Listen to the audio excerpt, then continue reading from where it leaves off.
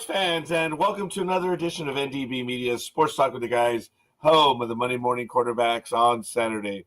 Yes, ladies and gentlemen, it's that time. Hide your kiddies, hide your children. We are trolling the digital airwaves on this Saturday morning, the Extravaganza. And thank you for joining us. We are running a tad late due to technical difficulties, but we're able to make it work, and we're going to see if we're going to make it work. So I don't know if I said that correctly or not. Good morning, I'm the scorekeeper. And, of course, this is the home of the second longest running program on the internet, Sports Talk with the Guys, 17 plus years. This is episode, which episode number is this? 21, episode 21 of year 17. So, again, we thank you for joining us, and we're going to get to it. Hopefully, we're able to get everything going and blowing right now. Aisha, thank you. Get in here, please, Aisha. Don't waste time. And we're probably going to have a special guest joining us today.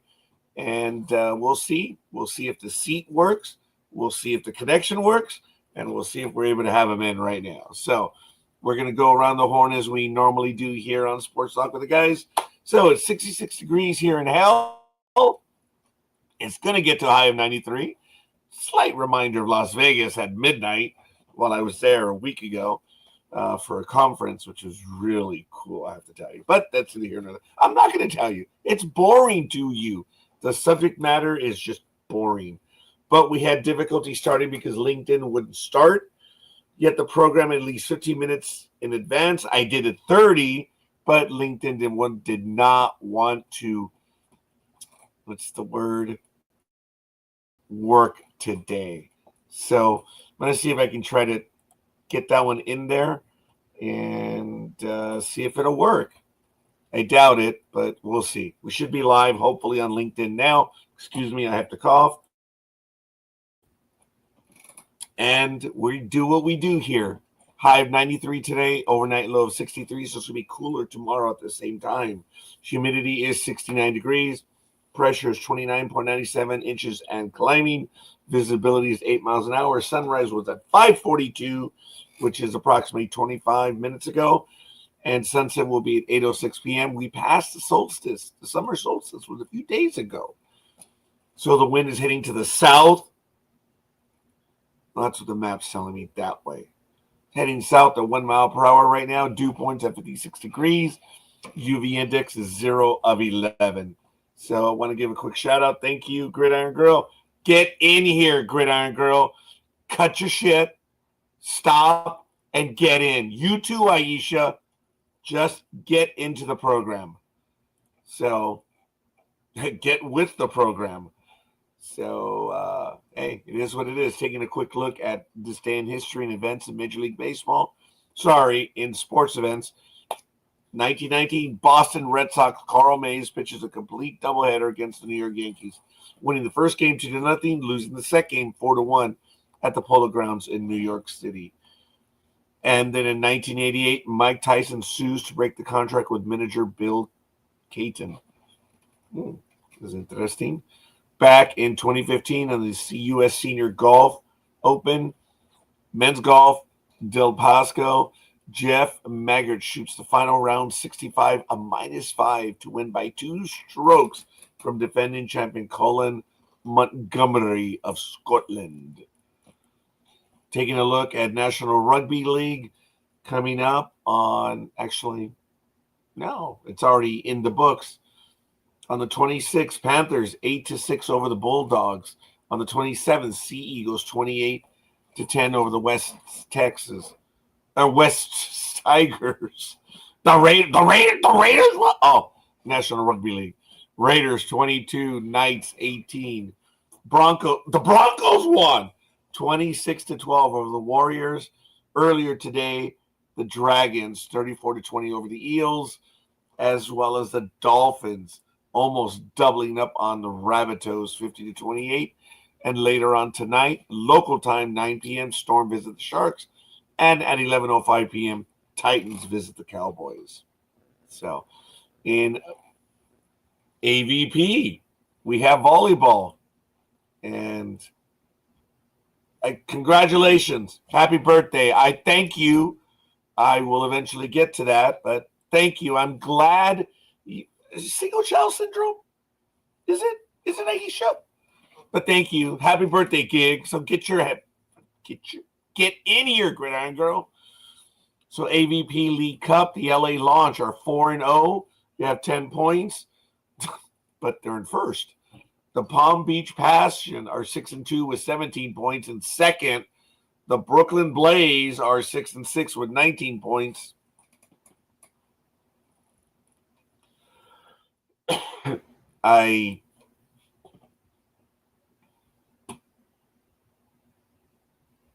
Yeah, we're here all the time. Maybe. Congratulations. Good for you. Maybe you'll respond to one of my phone calls. Of course, I had to be a jerk.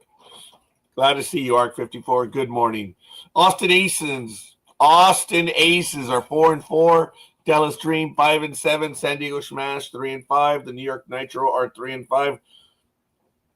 And the Miami Mayhem are suffering from their own mayhem. They're 1-3. That's a shame. And a major win for Minji Lee. This is breaking right now. Callaway congratulates Minji Lee on capturing her third career major title on Sunday at the KPMG Women's PGA Championship. That was last week, of course.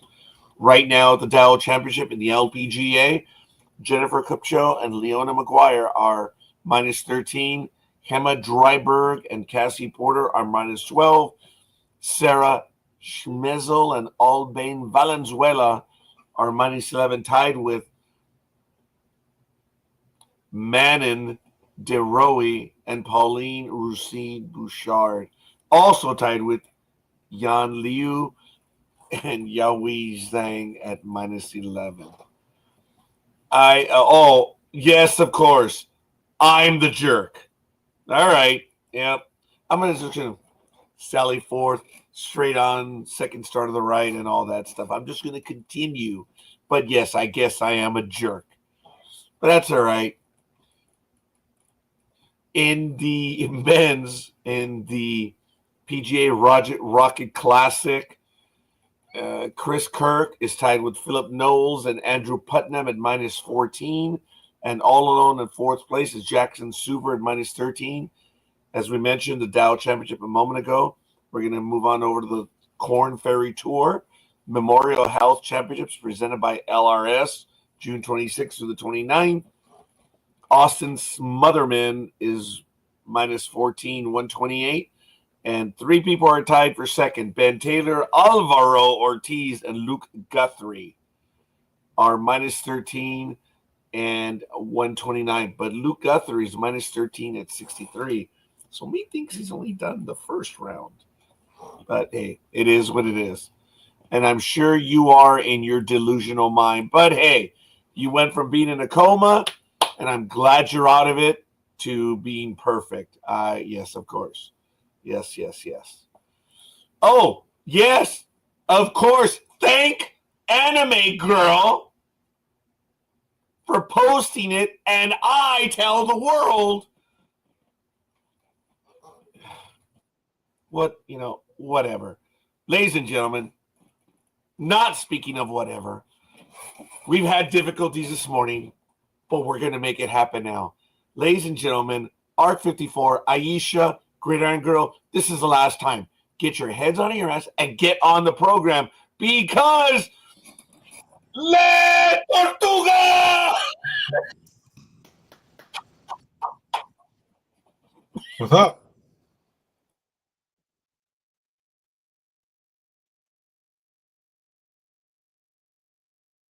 What happened? I can't hear you now. One that's muted.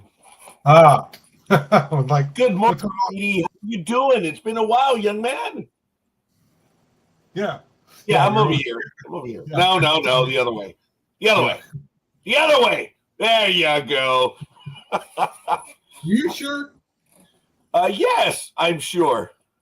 Because when I turn the other way, this is how I see you. You're on this side of me. Okay, there we go. Now, no. Oh my God, it's all right. You know what? We'll make it work. But Speedy, thank you for joining. I'm glad you're here. maybe the others will join, knowing that Le Tortuga is back. So thank you, Speedy. And we're going to get to this, folks.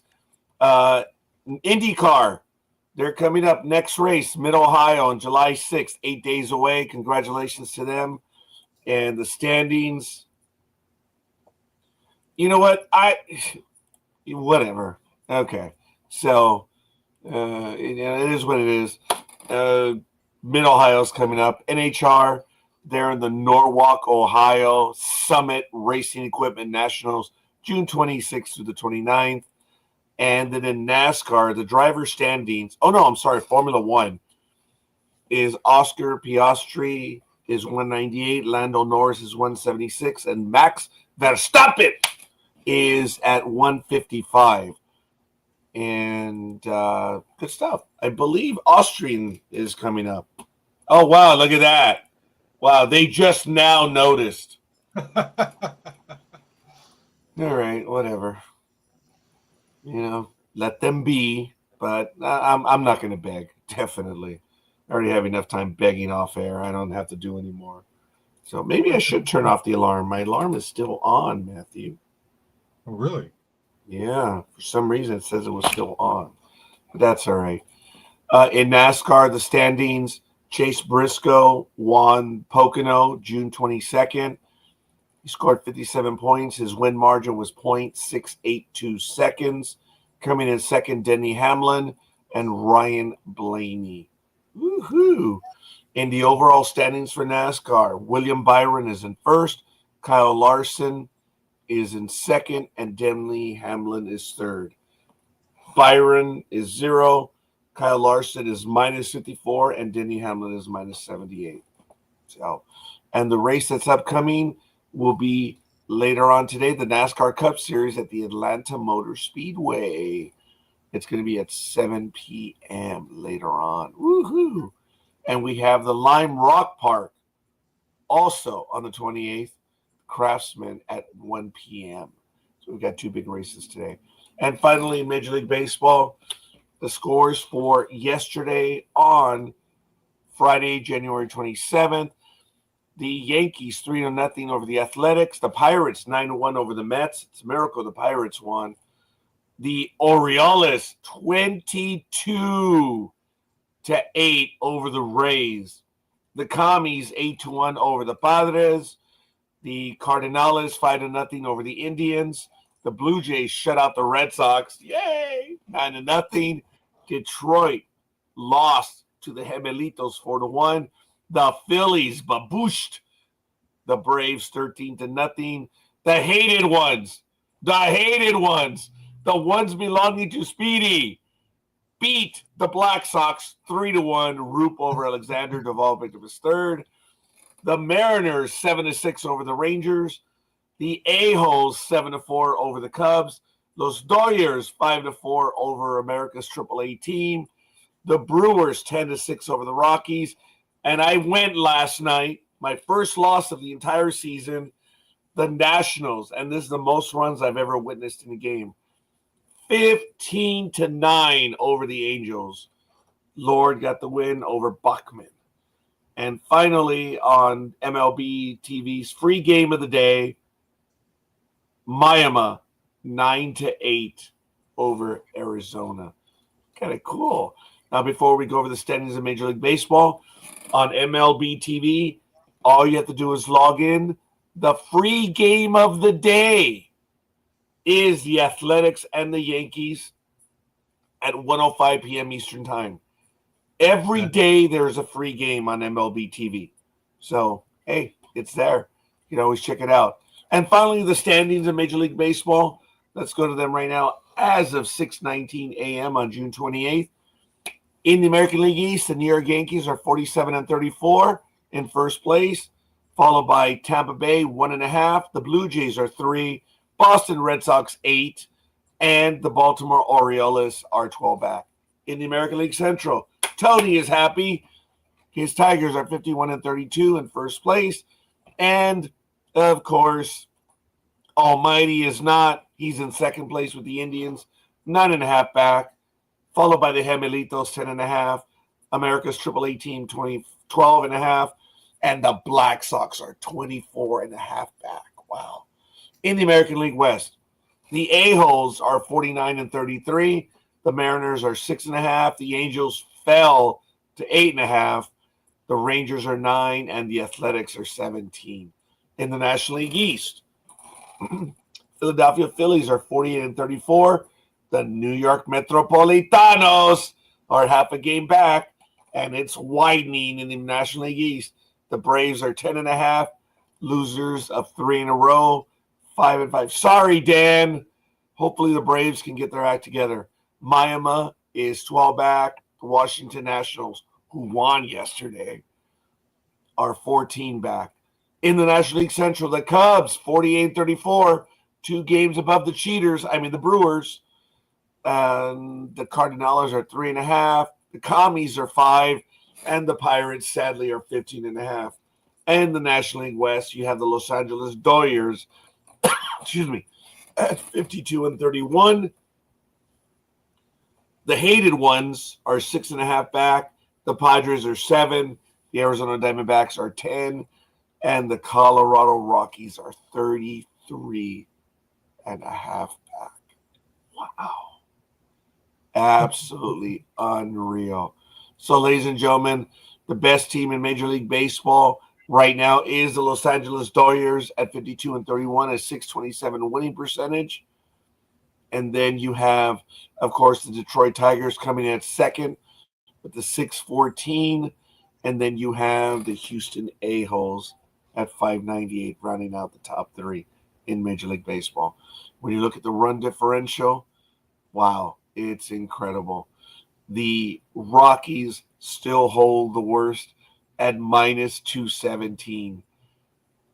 They've scored 291, but they've given up 508. Wow. And the best team in differential is the New York Yankees. They've scored 410 and given up 287 for a +113. There it is. That's Major League Baseball around the horn. And I believe I will have an announcement. Let me get to it right now. In our community announcement, the Knights of Columbus, Council 3159, it's my council, is having a fireworks special or sale July 1st to the 4th at 4249 Peck Road, El Monte, California, 91732. They're open from 9 to 9 p.m. I will be there myself, yours truly, on July 1st and on July 3rd in the morning. You want to visit with Scorekeeper? You want to talk some fireworks, Big Bang, and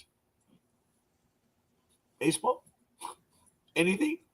I'll be there July 1st and July 3rd in the morning from 9 to about noon. So, once again, it is 4249 Peck Road, El Monte, California, 91732. And it is in the parking lot of the Moose Lodge at that location. So yours truly will be there. Come on over. Let's have a conversation. Buy some fireworks. They're always safe and sane. So I'm going to put that up in a little bit. But other than that, what's going on, homie Claus? Not much. Just, had to do another MRI a couple weeks ago. So what happened? You did the MRI? I don't think I told you guys about that. But on a faster note, sorry to all my friends in Chicago about last night, but you had to lose. What happened? What do you mean? The baseball game, right? Yeah. They played the White Sox, I think, or something, right? Yes. Okay. So. So you're real happy that your team won then? Yeah. Hey, so how are they doing after they got Devers or I'm not a first baseman, and then goes to the hated ones and says, I'm ready to play whatever you want me to play. Yeah. Everybody over here is happy about that. They're like, oh, we got a new kid. We'll see how he does. Hopefully he does good. But I think his first night with the Giants, I think he had only first home run in that one game. I believe. I could be wrong. Don't worry about it, Speedy. We're wrong all the time right here. So Yeah. that's why we fit in this little group right here. And I want to give a Aisha shout out to everyone. I'm sorry. I said Aisha said that no Philly special today because he's at a cigar show. You see that? Oh, no Philly special today. He's at a cigar show. So in a way, he's smoking. I did not see that one. I do apologize. But I saw this one. I'm a jerk. But I'm not going to let that one go. Just ask Gridiron Girl how long I will hold on to stuff. Just go ahead. And then this one thinks she's perfect, or this one does. But whatever. You know what? They don't want to defend themselves on this program, so they're going to get what they're going to get. So everyone else, thank you for watching. And since Art 54 is out of her coma, it's been more than a week, I guess I get to put my Bible away. So there you go. Yes, I'm not going to say I was praying for you, but hey, it is what it is. People don't believe when I tell them that. They don't, Speedy. When something's going on, I say, I will pray for you. The look that they give me, it's like the emperor has spoken. Like, well, yeah, I'm going to do it, but I guess they don't believe it. Right. I don't know why. Yeah, so a couple weeks ago when I was getting my MRI done at Crazy Highland, you know how they closed the encampment over your head, right? They closed it on my ear. I was like, ow, ow, ow, ow. They're like, what's wrong? You're fine. Nothing wrong with you. I'm like, you closed it on my ear. So when they lifted it up, I'm like, and they're like, what are you doing? I'm like, I'm checking to make sure I'm not bleeding here. Good grief. Wow. I'm sorry, Matthew, that you had to deal with that. I am claustrophobic. I have a hard time going into the MRI machine. Uh-huh. I've been fortunate. The last one that I had done, it was in the wider machine, but the first time I had it done, it was not far from here in Upland. It was the regular sized one, and you had to be in there for 15 minutes. Oh, my God. And the first time they put it on so you wouldn't move, they secure, they put something here so you won't move.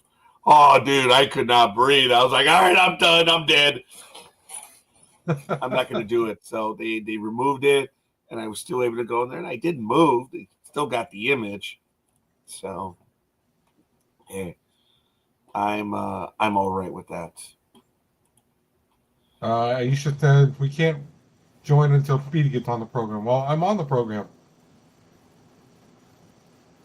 Oh, that program, that comment predated your arrival.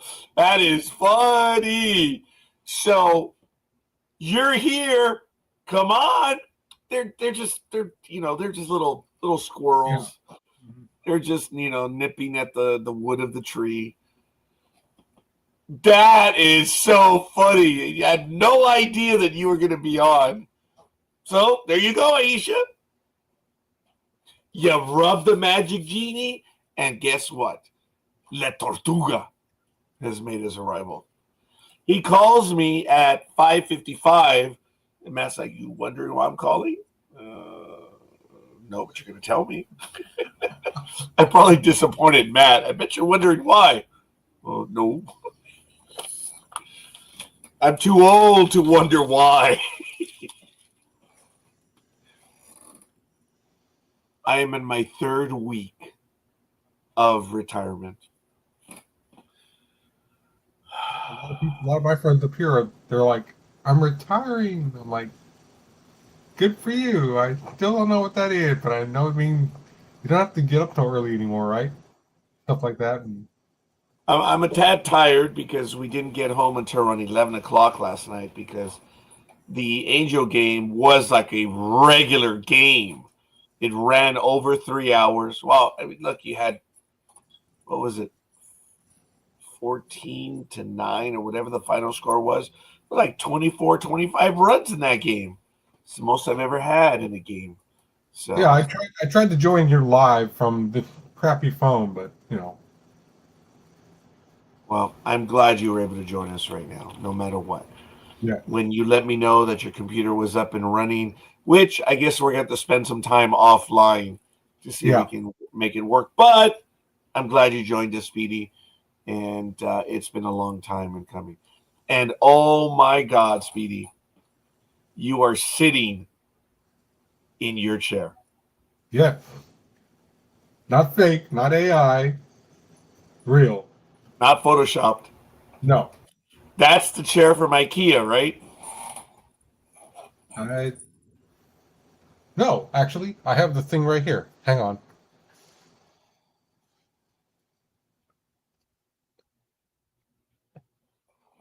So you Yes. lied to us.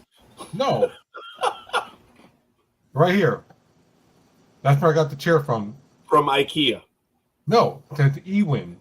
You told I see that it says okay. I see that it says Ewe, but you told us it was from IKEA. I never said that. Wow. Okay, I'm gonna wait for everyone in the chat room to comment on that, whether you said it was from IKEA or not. But okay, maybe someone else said it. But La Tortuga, that's why we've been on you for that, because supposedly it was from IKEA. But I'm sure I'm wrong, but that's all right. So I want to welcome everyone in the chat room who's watching. Once again, thank you for joining us. And it's really cool. It's really great. This is the weekend before the July 4th weekend. We will be on, of course, next Saturday. I do have a programming note that on July 12th, for me, I will only be on for about 2 hours. I have our Alumni Day event for my classmates and for everyone that attended the seminary in Southern California. Alumni Day will be on July 12th, and I am helping to coordinate it, so I'm going to be leaving the program early. I'm probably going to be done at about 8 o'clock because there's going to be a lot to do that day. Alumni Day runs from 11 a.m. to 5, and I'm just terribly excited over that. So it will be a short day for me on July 12th. But beyond that, everything else looks good. I don't know about July 26th. I may be in San Diego. I don't know yet. We shall see. I may not. I don't know. But if I am, there will be no program. Well, I won't be here for July 26th. So, yeah. So, Speedy, are you going to retire as well? No. You've got, what, 40 years to go before you retire? I mean, you're, what, 21 now or 22? I wish. Yeah. I was listening to a song yesterday on my iTunes, and it always takes me back. I'm old enough where if I hear a song, I vaguely remember the year where I was. And in 1991, I remember listening to this song. Well, I heard it last night. I remember Cher's song, If I Could Turn Back Time. I told my daughter all about the story that Cher had on that one. But it's the song that was before in my track. So forgive me a moment. I'm checking my library, my playlist. It was about 1991. And it was a cool song. It was, I think it was actually a Christian rock song. Oh. Oh, here we go. Oh. Someone spoke in the chat room. IKEA. Scorekeeper, you need to look back and find the show. Find the receipts. It was IKEA, man. But you want me to go? I ain't doing that. She wants you to go all the way back and find the episode. To when? I'm not doing that. Hell no. That's going to take more years off your life than waiting for the proof I just showed right here. That's right. Oh, it was by Amy Grant. Baby Baby. Ah, Amy Grant. Yeah. yeah. I My hear mom used that to listen song. to her all the Takes me time. back to 1991. And you know what's funny about that is last Friday, my sister in San Jose showed up with her son to surprise me. I had no clue they were even coming. And as we're hanging out, he starts looking at my CDs in the living room, and he's like, "What is this?" So we had to actually explain to him what his CD was, and he goes, "Wait, so you guys were listening to this before free music actually came along?" I'm like, "Actually, it's not free anymore. Now they'll want us to pay for it." He's like, "I have Spotify, but I have to pay for it." I'm like, "Your mom does, so not really you." He's like, "Yeah." He's like, "Weren't there such thing as like vinyls or 8 tracks or something like that?" I'm like, "Yeah, they were called records." He's like, "Oh." So that was fun trying to explain 10 minutes of him. My sister took the other 10 minutes to explain to him how we actually started listening to music. I'm like, "That's as far as much as we know." He goes, "What about grandpa and grandma?" I'm like, "Well, they're not around anymore, so we can't actually ask them."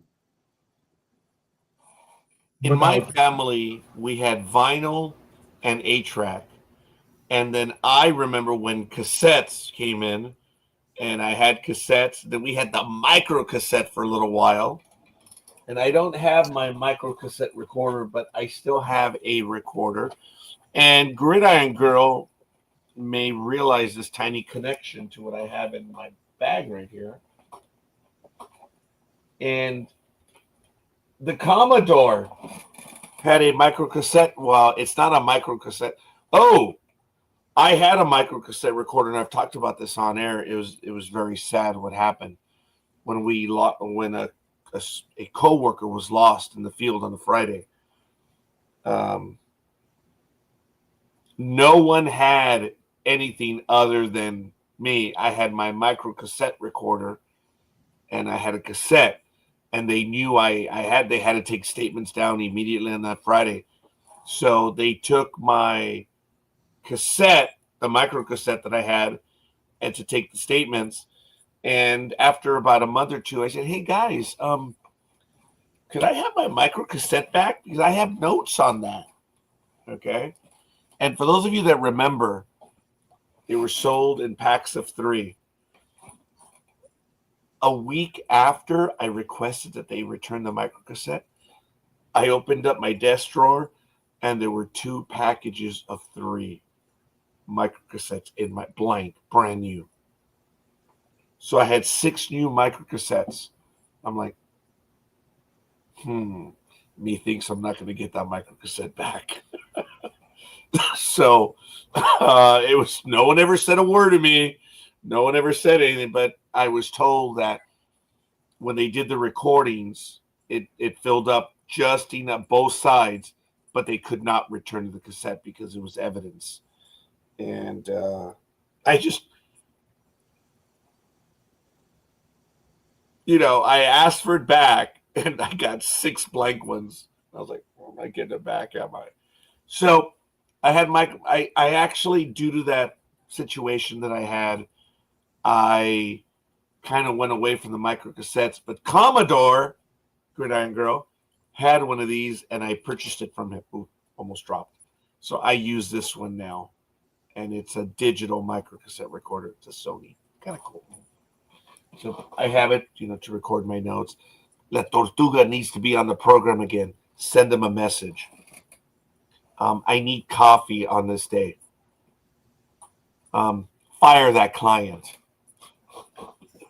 Whatever. Actually, I've been doing that for a long time now, where my assistant will take my dictation, and it works.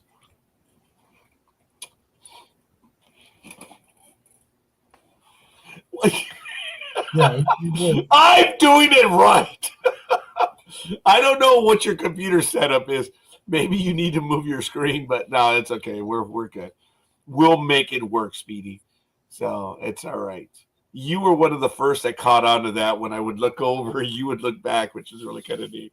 Yeah. I remember we had Mercedes de la Cruz. Oh, God, she was awesome.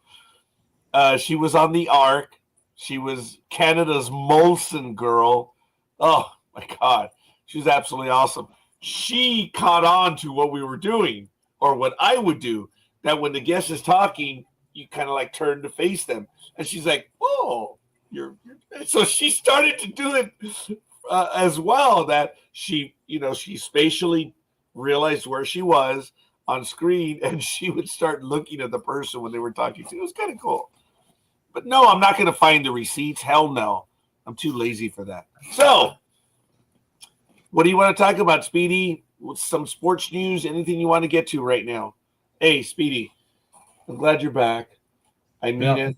I'm sorry that you had to go through all of the medical procedures, and I missed you, and I'm glad you're back, man. I don't want to get all emotional for you, but yeah, Scorekeeper's an emotional mess. So when are you coming down to LA again? Well, probably next summer, because I knew I wouldn't have money this summer, which is exactly what happened. So understood. But money slowly starting to come in, so start okay. I want to let you know already that I'm going to be in Las Vegas June. Oh, I don't even have it right there. Forgive me. I'm going to be in Las Vegas again next year for another conference, and it's going to be June 22nd through the 25th. So June 21st all the way through June 26th. So I'm going to be out of town. That's already on calendar. And if you're going to be coming over, well, it's up to you. I won't be here, but you're a grown boy. You can be here on your own. Yeah. I hope you're not here that week, because I've already set it up, and I'm going next year. It's done. So, as a matter of fact, I may be going to Vegas again in September 17th and 18th, a Wednesday and Thursday. Another tax conference.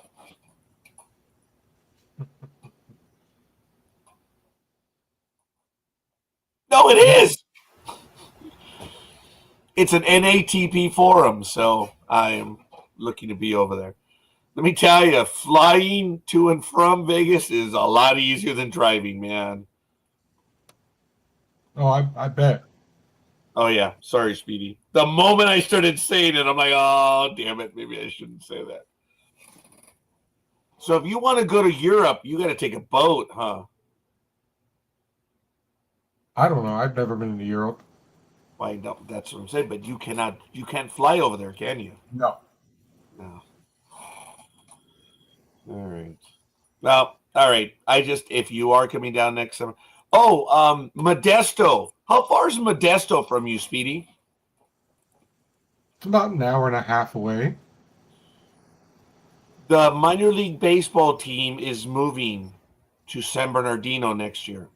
So this is the last year that Modesto is going to have baseball, a minor league team. And I want to go up there myself.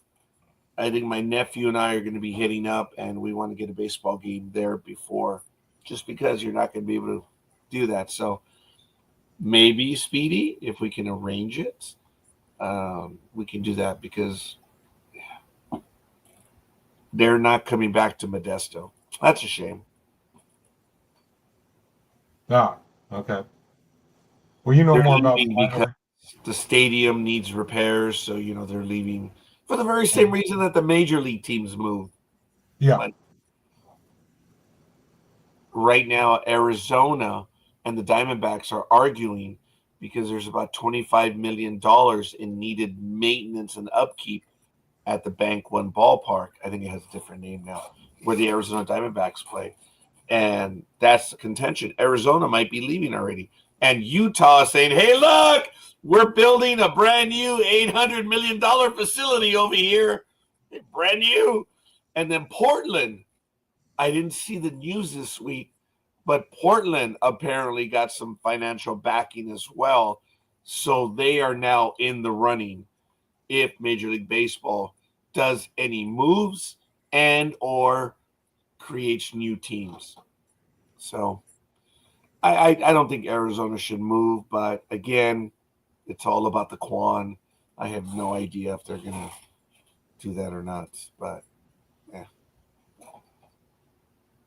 Oh yeah, my alarm is still going off. There it is. It's off now. I think that was my normal wake up alarm. 6:45. Matt, why do I still wake up at 6:45, dude? Why? I don't know. Why do you still wake up at 6:45? Look, I used to wake up at 4 in the morning. I did it for 33 years. I don't do it anymore.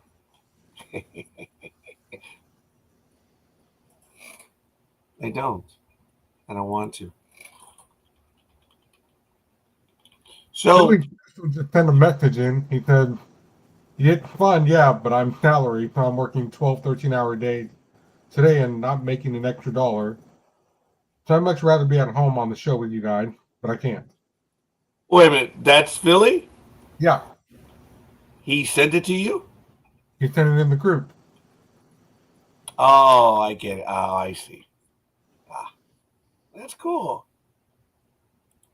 That is cool. Well, sorry, Philly, but if you're watching, thank you. If you can give us a like, that'll be much appreciated. And if not, hey, it's all good. But Philly, didn't he say IKEA? Philly is a man of honor, and he. It was even difficult to say that. He is.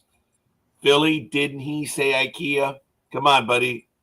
Look, even Gridiron Girl knows that you said IKEA. Anyway, the NHL draft happened, and boy, were there surprises. Schaefer was selected number 1. Misa goes number 2. Wow. Bit of a shakeup in the NHL, but hey, it is what it is. I really dislike when some people would actually say, oh, so-and-so changed history because they went with this guy. What do you mean change history, you illiterate jackass? We live in the present. So everything we do is affecting that which has gone. So for you to say you changed history, no, that's like a busted play. That's, you're a moron. You're trying to put more to it than it is.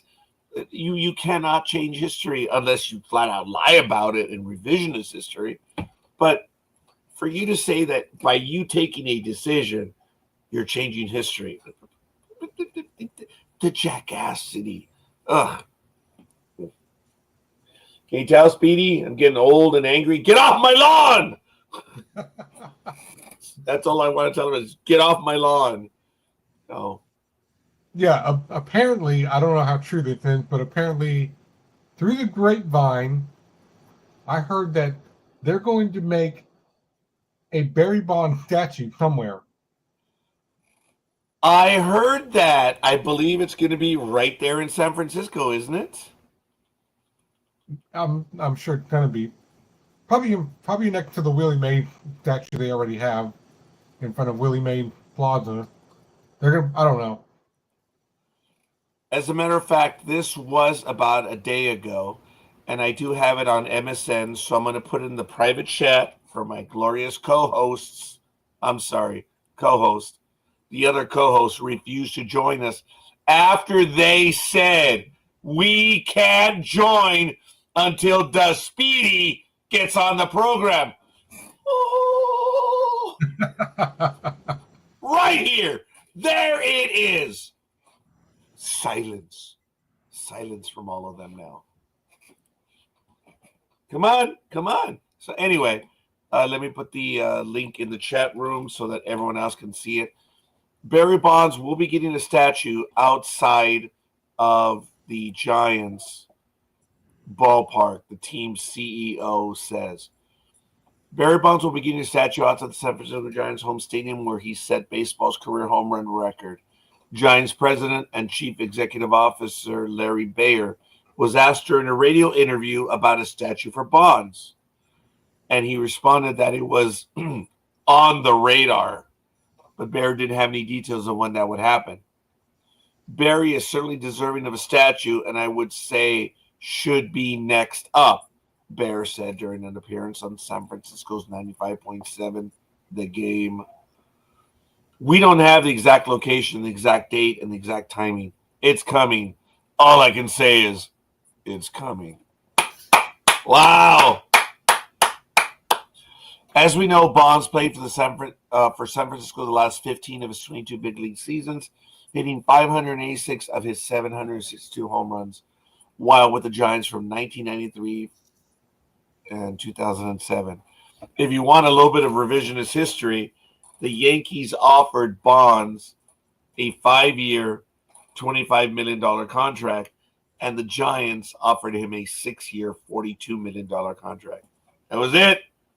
They tacked on one extra year, and the rest was, as we shall say, history. History. That was it. He set the single-season Major League Baseball record with 73 home runs in 2001 and hit his record-breaking 756 home run to pass Hank Aaron in a home game off Washington's Mike Bassick on August 7, 2007. The woman who was legally my spouse for many years and I were watching that game, and when he hit number 756, of course, the game stopped. And everyone was watching the exploits. They did a video of Barry Bonds, and you could see what he'd done all throughout his career. And even Margarita at one moment watching the video say, wait, who's that? I said, oh, that's Barry Bonds. But he changed. Yes, he did. Boy, did he. And even she noticed it. The sly, thin guy, all of a sudden, yeah. I wonder why. There are currently 5 statues outside Oracle Park. Those of Hall of Famers Willie Mays, Willie McCovey, Juan Marichal, Gaylord Perry, and Orlando Cepeda. The Giants retired Bonds' number 25 jersey in 2018. Bonds, a 7-time MVP and 14-time All-Star, is not in the Hall of Fame.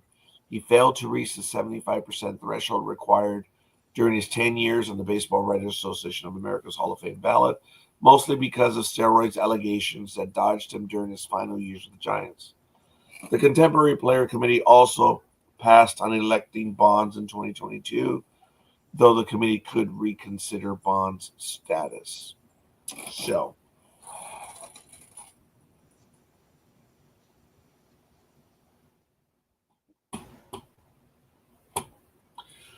I've talked about this in the past, and it's really, I'm glad, well, I'm mangling my thought process, but I have spoken of this in the past about the Hall of Fame vote, and I am surprisingly grateful that I do not have a vote. Our very own Dan Schlossberg, who is on this network, who does Travel H Radio, as you know, he is a Hall of Fame voter, and I've never asked him what he thought of Barry Bonds, and maybe I should. But understanding what Major League Baseball says are the requirements on how you should evaluate them, and it says it's up to the writer to determine, but you must consider everything that they did, both on and off the field, how they dealt with the fans, how they dealt with the press, the media, how they carried themselves. But it was up to the writer to determine if that had any validity or not. But they were supposed to consider it. Knowing that you have to consider it, wow, you all know how I would have voted for that one. So, but I'm glad I don't have a vote. And, you know,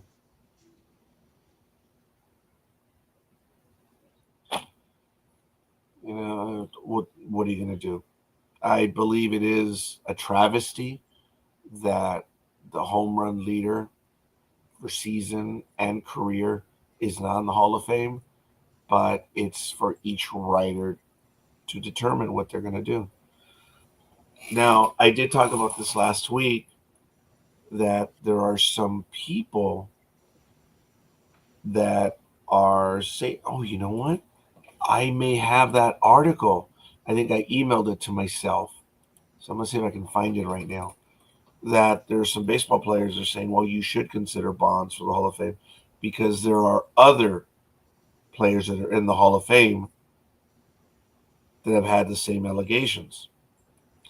Well, my answer to that, number one, is those allegations that you claim did not happen until after they were elected. Folks, look, the whole thing of Mike Piazza, no one had anything on Mike Piazza until after he was up for the vote, and then after that. There were no allegations at any time during his playing career.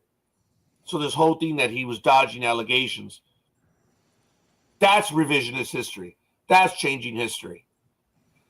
Now, there are others that they've done a montage of players that they're in the Hall of Fame and they use steroids. So I'm going to see if I can find that article. But I was thinking about this before the program began, and I learned it as a shop steward. I learned it dealing with management. I learned it dealing with employees. Learned it dealing with my children. I learned dealing with incompetent people, employer included. And it's whataboutism. Look it up. I don't have the time to waste with you on that. But the thing is, when an employee gets in trouble, I'll say, well, if you're going to go after me, well, I'm going to, I'm going to pull the button or push the button or pull the flag, whatever, and I'm going to, sell out these other guys. What about it? This is about you. Doesn't matter anyone else. Because as I would tell individuals, you realize that the moment you say that you're going to stool or, tell your story on someone else or tell on someone else, you've lost all credibility whatsoever, because you're literally saying, well, what about so-and-so? That's whataboutism. And say, well, this is about you, but all of a sudden now you're saying, well, so-and-so does this and this, and why are you coming after me? Well, it's because you're being accused of something. Now you're selling other people out. The impression that people have of you just even gets smaller. And the political discourse, which I may talk about this in detail on Monday night about whataboutism, is when people say that, well, so-and-so is being accused. Well, what about so? Doesn't matter. Doesn't matter what the other person, it's they're being accused of the crime. Whataboutism is a cheap way of getting out of an argument when you have nothing to say. It's kind of like when you say, oh, the Mariano Riveras of the world. Who are they? What are they? You have nothing to say. And ball players right now are saying that, well, there are guys that are in the Hall of Fame, and yet they won't name them. Like, well, be a man or shut up. Now, that might be whataboutism in reverse, but it's saying, well, look, so-and-so got, what about, oh, okay, it is whataboutism. He didn't get in. What about these guys? Well, maybe if you weren't such a dick. We've talked about this in the past. Barry Bonds, in my humble opinion, was a dick. The way he carried himself, the way he dealt with the media, the fans, everyone. Now, I went to several games and I saw Barry Bonds play, and the fans rode him mercilessly. Yeah, they did. But, shut up. If you can't take what the fans have got to say, go home. So, but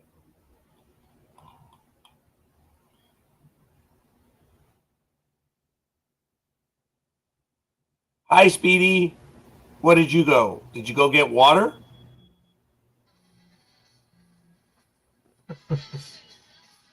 You're not muted. I can hear you. Yeah, I had to turn off my alarm Oh. because I thought I was going to sleep in later, but I never sleep in later. Hey, Speedy. Should Barry Bonds be in the Hall of Fame? It's not a trick question, my brother. It's just a question. Yes and no, but I'll go with no. Okay, fair enough. I'm not gonna put you on the spot for that because I'm happy you're back. Right. So, if you're going to do the what about so-and-so, name them. Don't just say, well, there are other players in the Hall of Fame that did steroids. Well, are you saying that Bonds did steroids? Because if he did steroids, then again, he broke the rules, and that's why a lot of people are not electing him. So you need to be careful when you phrase your argument. So I'm glad I do not have a vote in the Hall of Fame, so my opinion matters not. But I do want to say that it is 7 a.m. This is Sports Talk with the Guys, home of the Monday Morning Quarterbacks on Saturday. Come on, folks, fire off your comments in the chat room. Should Barry Bonds? I know Lethal Migraine believes that Barry Bonds is the greatest baseball player of all time. And I'm so happy that Lethal Migraine is in our universe. So, you know, what did they say in the movie? Was it Cocktail with Tom Cruise? Yeah, where he goes to repay his debt and he brings a bottle of Trey Louis 13 or something like that, a $500 bottle. And I said, I've come to pay my debt. And then they're going to go in the club. He says, no. Proctologist dream. You know, wall-to-wall assholes. Everyone has an a-hole. Everyone has an opinion. It's up to you, folks. But if you're going to make an argument, especially here on Sports Talk with the Guys, we expect you to make an argument. For you to say, oh, the Dodgers suck. No. Go play marbles. You know, go do whatever you're going to do. You're going to say something, Yankees suck. Come on. That's what a 5-year-old says. Make an argument. And if you're going to make an argument, you need to make sure that you have what we call receipts.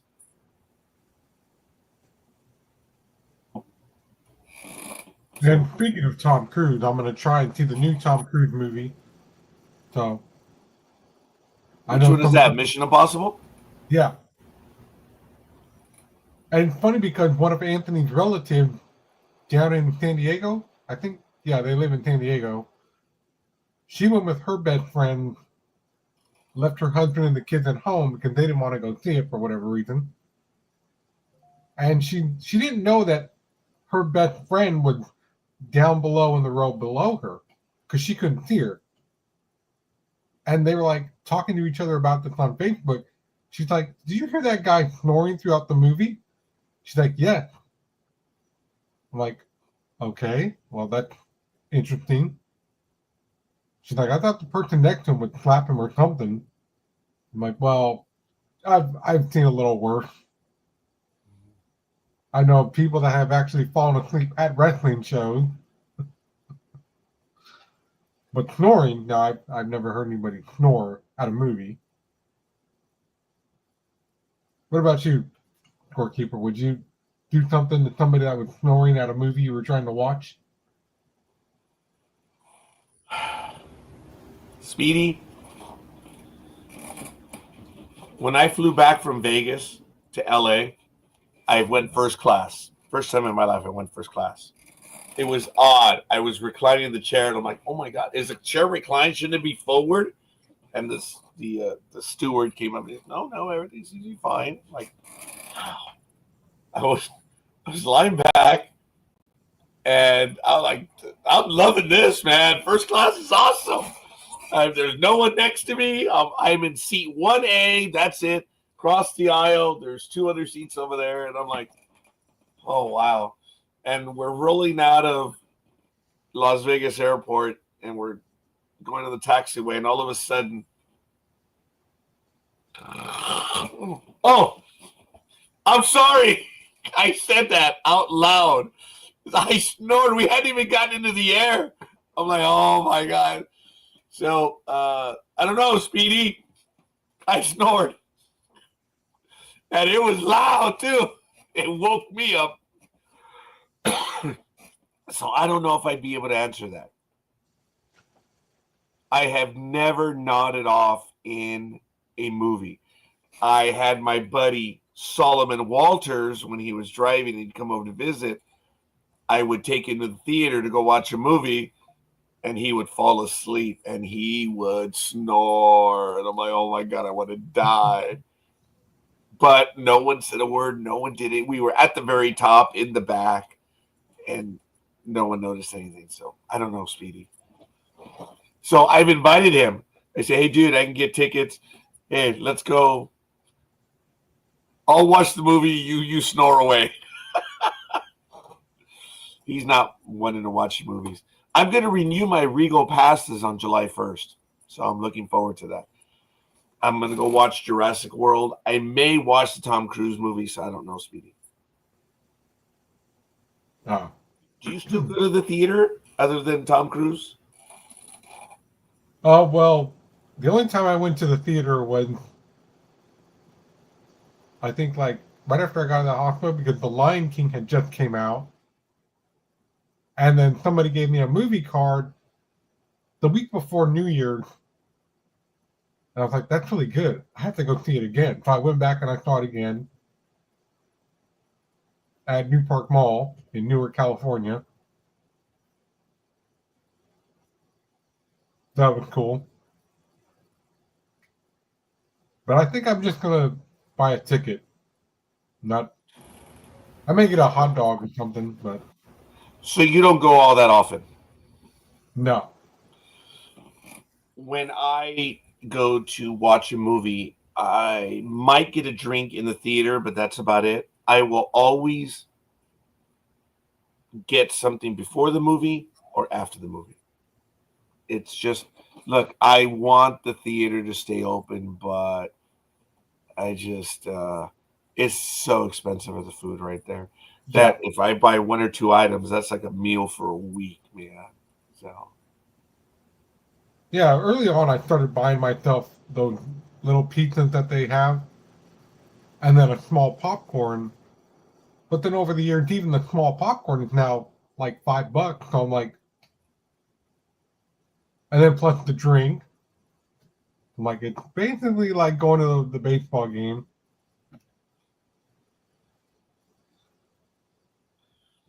Yeah, just a little bit, Speedy.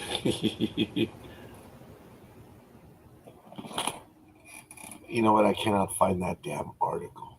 I'm sorry. I have so many blasted emails. But I'm looking to re-up with Regal for 3 months. And I think it's like $24 for unlimited movies per month. And with Regal, if you want to go ahead and watch a 3D or an IMAX, it's an additional charge. Otherwise, it's unlimited movies. It's really cool. The AMC one, I believe, has any 3 movies anytime, provided there's a ticket available. And it doesn't matter if it's IMAX or 3D or 4D, whatever they call it. But I am looking forward to doing that as of July 1st. The year before last, for my birthday, my pastor and his wife wanted to treat me out to a movie. But the only movie playing was the Godzilla one 3D. Oh, yeah. I was like, let's do that one. But after that one, his wife was like, no, can't do that anymore. Really? Because I guess the 3D did something to her eyes and it bothered her. So, like, all right. No, take note. It does. It does bother some people. I have to put the 3D stuff over my glasses. So, oh, I should have my new glass. This is one of the longest pairs I've ever had, and I'm so tired of them because they don't flex outward. They don't. So you can see where I wear my glasses. So I'm going back to a more traditional type of prescription lenses. So Yeah, I did wear 3D glasses at Universal Studios, but they didn't bother me. So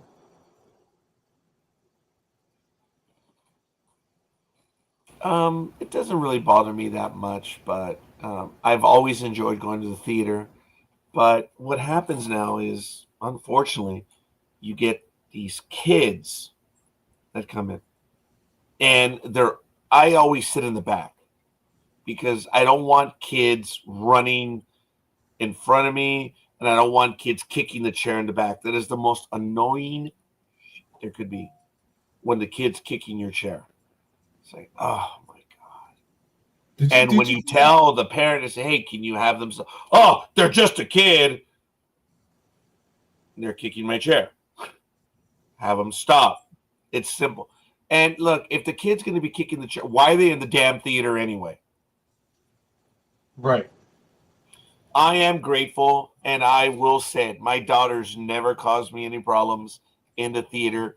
They never acted like other kids. I know they're just kids, but damn it, don't kick the chair. And let me tell you, I've had kids that run in front of me, the back row. I trip them. Oh, hell yeah. Don't run in front of me. Go sit down, watch the movie. Are you kidding me? Oh, hell. It's dark. They can't see. I trip them. They splatter and they do Superman. Don't run in the theater. Don't play. Go to your seat. Oh. Did you happen to see that video? I think a few months ago on Facebook, where this guy, he's on an airplane with another guy, but the guy behind him is actually punching the tray. Oh yeah. And the guy goes, "What do you think you're doing?" He goes, "Well, I'm trying to make myself comfortable." He's like, "Well, stop hitting my chair because I'm trying to relax." He's like, "I just want to lean back in my chair here, but you're bothering me by doing that, punching it." And here came, the airport personnel. They were like, "Sir, you either stop or we're gonna have to take you off the plane." And he turned into a 2-year-old. "You can't kick me off a plane. I bought my ticket. I have rights." And I was like, no. Sure enough, here came the sheriff, and they're like, "Sir, stand up. If you arrest me, I'm gonna have all your badges." Like, yeah. I had it once where I was barely sitting down and I was trying to get comfortable, and then the a-hole in front of me just jams the chair back. And it's like, dude.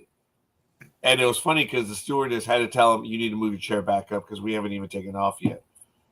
So I was like, oh, man, I lucked out. And yeah, he kept jamming the chair into the back. I don't do it, even though I know I have the ability to put the chair back. I've been on that end when you have your tray table there, but when you put it back, it throws it off and everything falls off. So it's like, it should be designed where you could have, the little tray table where it should stay steady, but it does not. So I prefer flying Alaska because the chairs don't move in that manner. And I'm flying first class now where I don't have to worry about who's behind me. Let me tell you. Oh, I will. Oh my God. First class was great, man. It was awesome. It was. But it's 3 times the regular fare, Speedy. $49 Las Vegas, LA on Alaska. I paid $158 for first class. So I started checking out others. I'm like, yeah, it's 3 times the regular fare. So if you're gonna fly to the East Coast, a regular fare of $300-400, first class is $1,500. Ah! Yeah, a few years ago, I don't know what airline it is, but this couple on YouTube, they took a flight on this different airline. They're like, we're gonna try something different, and it was different because there's no aisles. There's Limit like for what? on the airline they were on, there's glass around the partition, and then they have a down tray that actually goes down where nobody will bother you. I was like, huh, this is interesting. And the guy goes, here's your drink, sir. And he goes, okay, can I get one for my wife too? And they actually had cup holders inside the tray because there's nobody around because they have all this glass partition. I was like, that would be cool just to sit there and relax, not have anybody bother you. He's like, and there's another part to this. You want to see this? And he leans the camera back, and the enclosure, it's almost like an MRI, but they close it so you can sleep Yeah. around other passengers. I'm like, well, that's interesting, cool.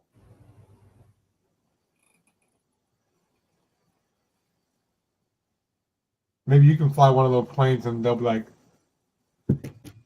sir, we have arrived. Can you please come out of sleeping? Those I don't know where those are other than on international trips to pods and the enclosures, and some of them are really nice. Look, I don't know. I don't see myself spending that much either, but Speedy, I'm stuck with Alaska Airlines because I'm trying to accumulate miles, because as you accumulate miles, you get benefits. So that's why I fly JetBlue or Alaska, but predominantly Alaska. And I'm closing in on several marks where you get access. First class gets you access to the lounges, which is really kind of cool.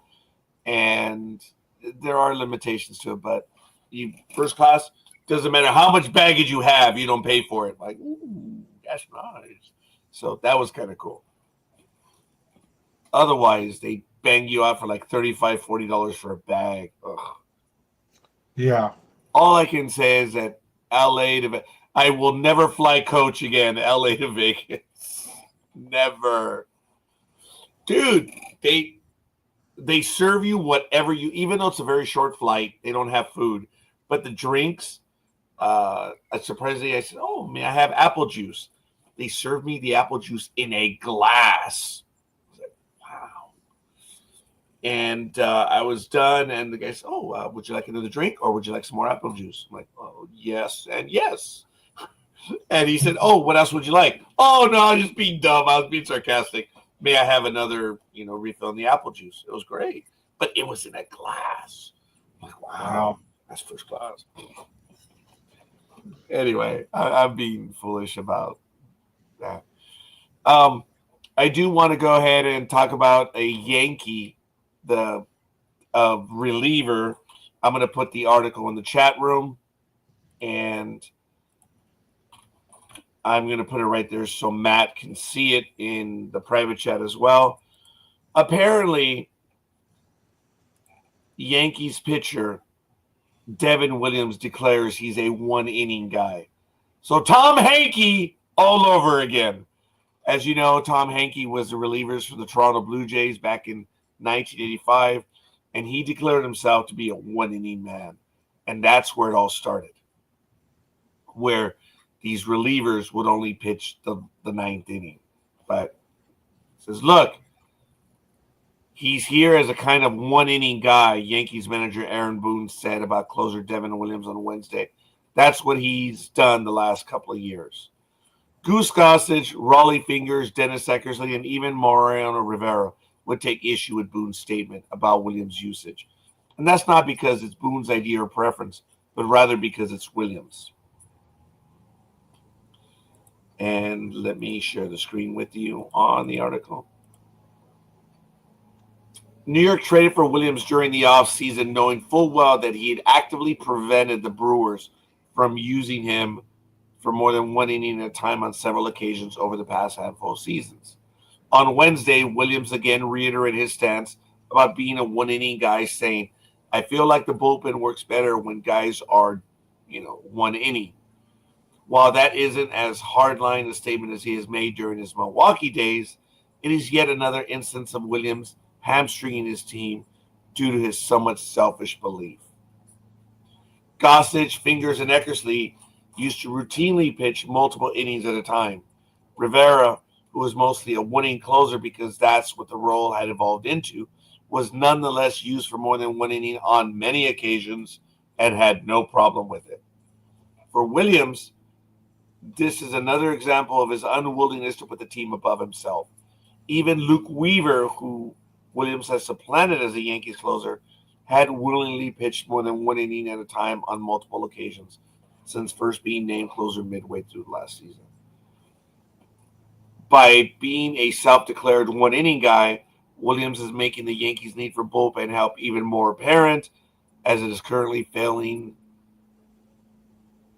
to other relievers to cover innings he could have and should have pitched.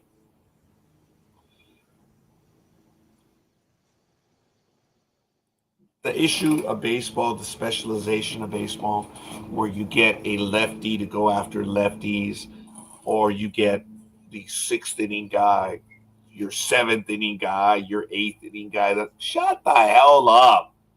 You got to be ready to go when they call you. And you have to be ready to go for as long as you can go. See, the thing with Williams saying that he is a one-inning guy, it's two reasons. You can air it all out for one inning, and that's it. You don't really know how to pitch. You don't. Because you should know your body and your strength, and you won't be throwing 95, 96, 97 on every pitch. You have to know how to pitch. You have to be prepared to go more than one inning.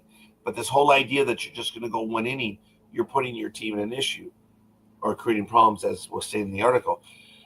Again, Tom Henke for the Toronto Blue Jays, I think he came over from Texas. When the Blue Jays signed him to a massive deal, he said, yeah, I'm the fireman. I'm the closer. I pitch one inning. That's it. That's what I do. And that's why the Blue Jays signed me. They signed him for no such reason. But he stated it, and he got away with it. Tom Henke was a one-inning guy. Now, Darren Williams doesn't want to pitch more than one inning. Dude, you should do what's best for the team. But he's not the first to say that he's a one-inning guy. That's my point. But I believe the Yankees will try to trade him. He is a selfish player. When you state publicly that I prefer to pitch one inning, dude,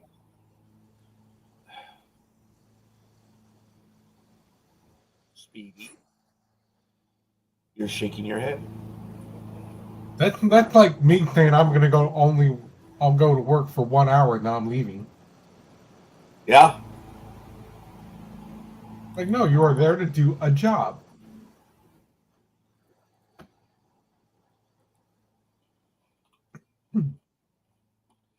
These kids of today, like the kids in the theater, think they can do whatever they want. When they're in the theater, they're always going to their phones. Always.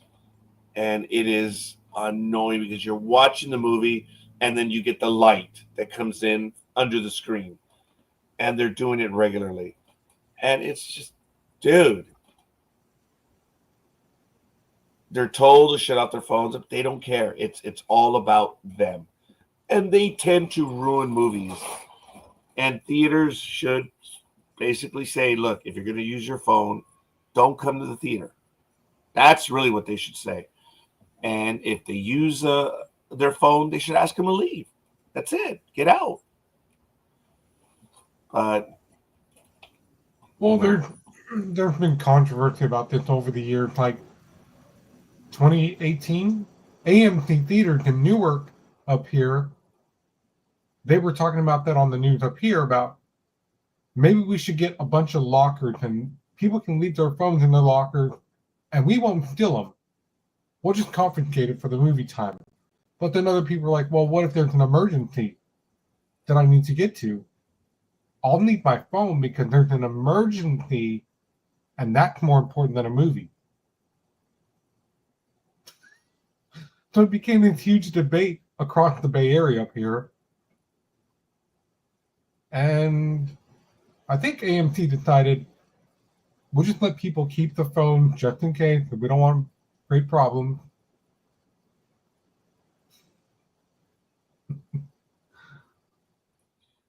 What if there's an emergency? That's a self-fulfilling prophecy. What? You're a kid. What the hell kind of emergency? You're a kid. Well, and it's a movie. I think too now that the adults have become worse than kids themselves. I mean, look, all day yesterday I was driving, and I'm like, why is this guy going so slow? And I saw an opening. I'm like, I'm gonna go around this person. And as I'm passing them, I see them doing this. They're like, I'm like, really? You're gonna be on your phone while you're driving? Yes. Yes. And then they get mad. Like, if I was a cop, they would get mad at me. You got me in trouble. Why did you pull me over? You were texting and driving on your phone. You're slowing everybody down too, by the way. Going 3 miles an hour. But I'm sure you heard this, or probably have seen it, that starting next month, California might start arresting people for being on their phones. Because they're saying now, you can still have it in your dash, but even if you're pushing the button just for GPS, you might be arrested now. I'm like, well, we're getting somewhere. I always leave my phone in my pocket when I'm driving anyway, so. Good for you, Speedy. I do not. I use the dash. I love the dash that I have now. I do admit. And look, you should always pull over if you're going to text or you have to do something more than that. I always set that's why it doesn't matter where I go. I use GPS, even though I know where I'm going. I will set it and I will always use it, even if it's to the market. Well, maybe not the market, but I do set it all the time because I want to see what traffic's going to be. See, that's the thing. Now that I'm retired, I am lazy when it comes to checking GPS. Because before I got on the freeway, I would say, okay, oh, it looks bad over there, so I might go this way, go that way. Now, I'm turning onto the freeway, and as I'm turning, I'm like, oh, man, traffic is stopped. Had I looked at GPS, I would have seen that. That is the most annoying thing right now. Being retired, you don't look at that. I'm learning to do it again. So, Speedy, it is 7:28. I have not taken my pharmaceuticals, and I did not fill up my cup with water. So, are you ready to take over for about 2 to 3 minutes? No, because I actually have to do the same. I have to take my metformin first. Go take it. I will suffer through. Yeah, I'm surprised. I don't even have water refill. Actually, I do have a water refill. So, we'll see. But it is what it is. Last night when I was at the baseball game, I did also learn news about the Angels manager, Ron Washington. I'm going to put that article in the chat room as well. Ask you to bear with me right now. And I remember watching Ron Washington play. He was a good player. And I'm really happy that he's a manager. So let me...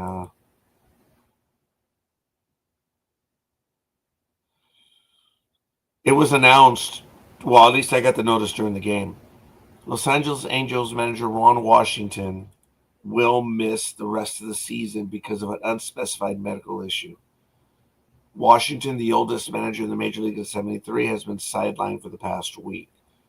He experienced shortness of breath and appeared fatigued toward the end of a 4-game series of the New York Yankees that ended on June 19th. Washington flew back to Southern California, underwent a series of tests, and was placed on medical leave. Angels bench coach Ray Montgomery, who has filled in for Washington for the past week, was named interim manager. Infield coach Ryan Goins was promoted to bench coach. Washington is 664 and 611 in 10 seasons as a major league manager, 8 with Texas and 2 with the Angels. He led the Rangers to back-to-back World Series appearances in 2010 and 11 before stepping down abruptly in September 2014. Washington returned to the sport as a coach with the Athletics and the Atlanta Braves, who won the World Series in 2021 before landing a second managerial job in Orange County. The Angels were 40-40 entering Friday night's game, visiting against the visiting Washington Nationals, winning 3 straight under Montgomery and 7-10 overall. Los Angeles played better than most fans have expected for a team with the major league worst streaks of 9 straight losing seasons and 10 straight non-playoff seasons. Wow. Of course, the interim manager is 55 years old, and his first job as a major league manager. The native of New York's Westchester County is a former Houston Astros outfielder who served as a scouting director for Arizona and Milwaukee before joining the Angels as their director of player personnel for the 2020 season. Montgomery became the Los Angeles Angels bench coach in 2021 after general manager Perry Minasian took over the front office, and he stayed with the Angels while Joe Madden, Phil Nevin, and Washington managed the club. Goins played 8 seasons in the majors before Washington hired him as the Angels interim or the infield coach before the 2024 season. I hope Mr. Washington gets better. He's a good manager, irregardless of the situation with the Angels. But hopefully he's able to come back soon. He's done for the season. That's a shame. Hopefully he can come back, and we'll see.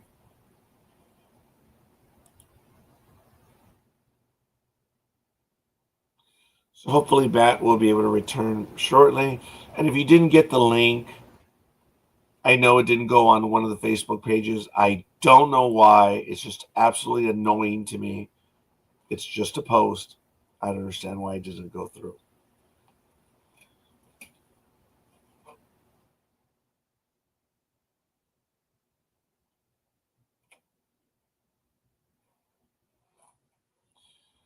We talked briefly last week about the Lakers buying or being bought out by the guy who's a gazillionaire and already owns the Dodgers. So who knows? Maybe he'll go after the Kings next.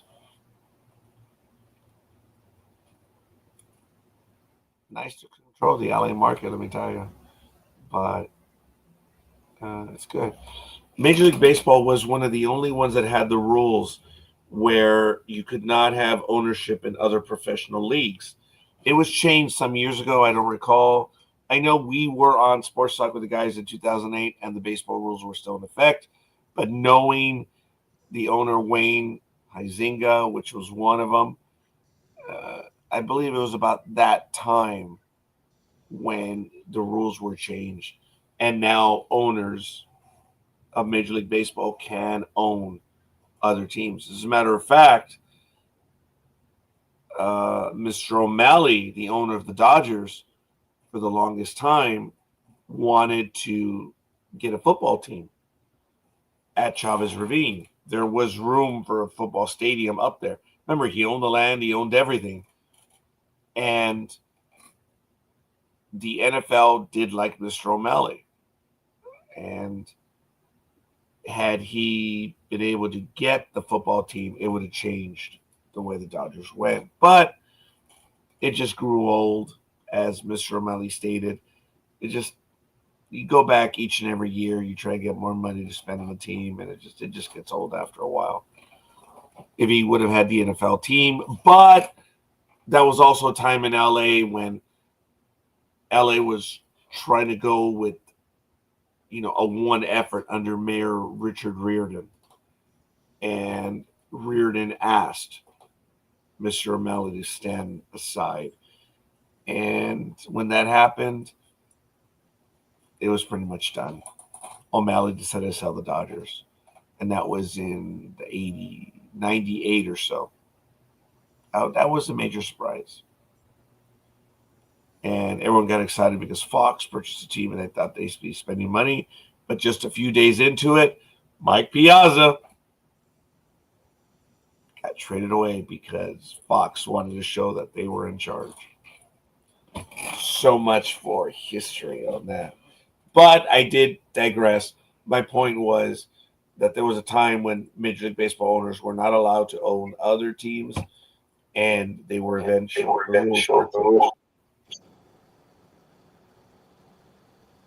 Hey, Speedy. You back? Yeah, I'm back. All right. Are you ready to take over, Mr. Sports Opinion Show? Yeah. Okay. I need about 2-3 minutes. I will be back shortly, folks. I need to get water. My drugs are already here. I need water. I'll be back. Thank you. All right. So, Guy, do you get to hang out with me for a few minutes? Let's see here.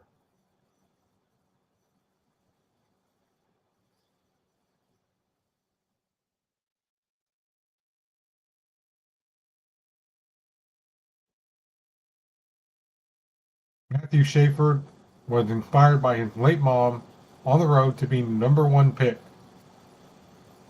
This was the first overall pick by the Islanders in Friday's NHL draft, which dealt with a lot of tragedy in a short time as a 16-year-old, but he was inspired by his mother's fight to push forward.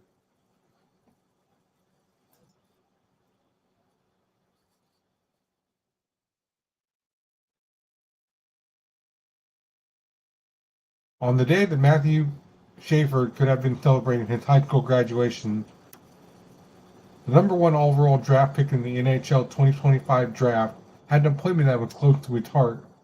While in Buffalo for the second NHL scouting combine this month, the newest New York Islanders defense spent the day at Western New York Compassion Connection. There, a Schaefer shared his story with an audience of people between the ages of 7 to 17 who recently lost a loved one, a life experience that he's still going through.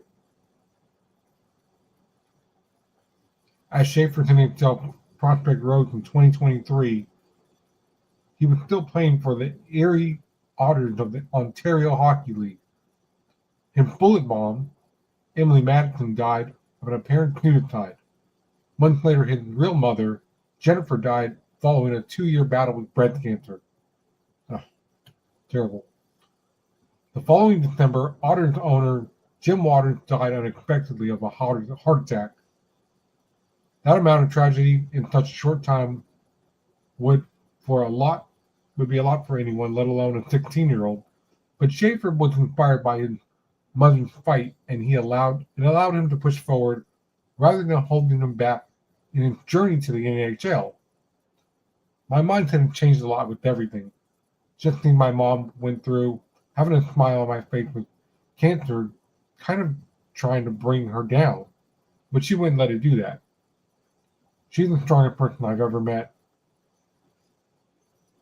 What Schaefer dealt with inspired him to assist other young people who might benefit from hearing from someone with the shared experience.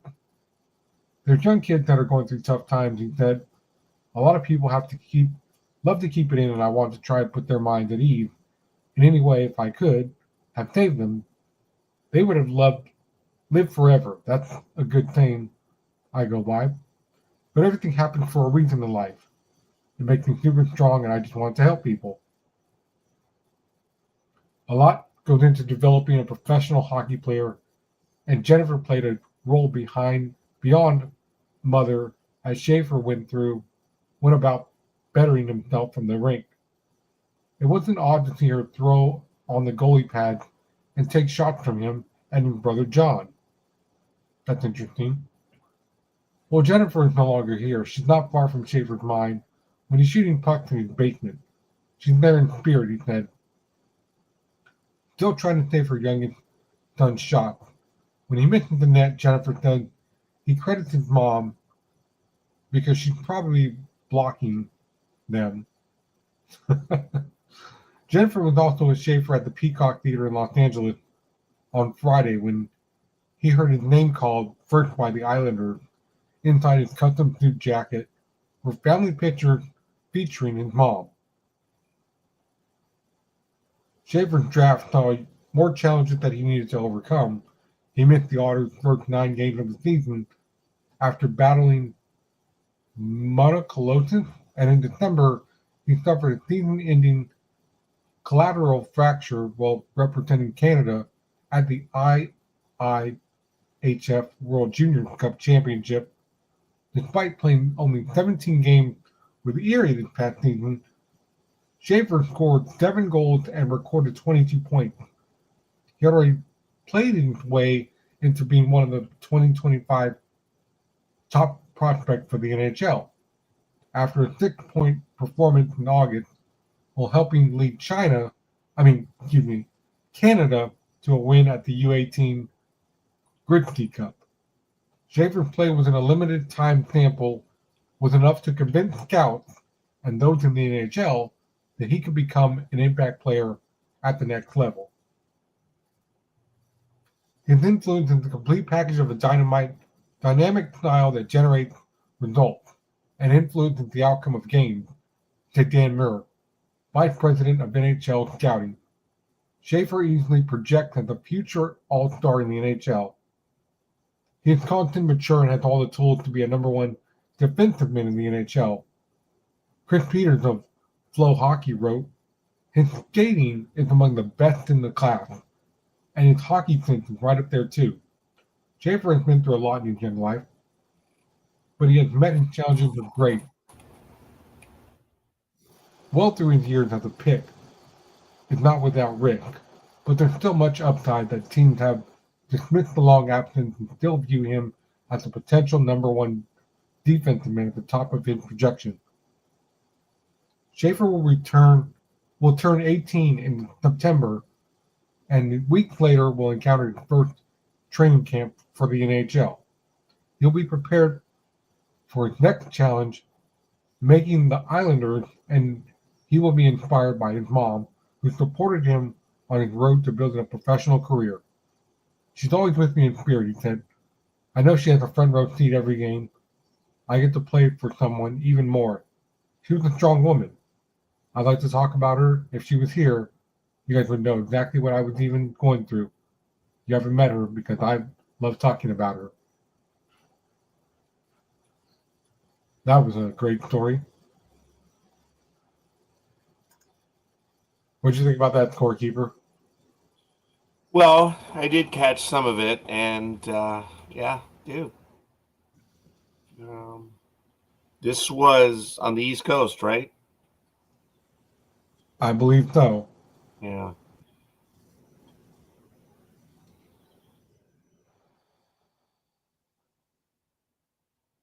I hadn't heard the entire story, Matt, so that's why I was like, okay, I was paying attention. I'm like, interesting.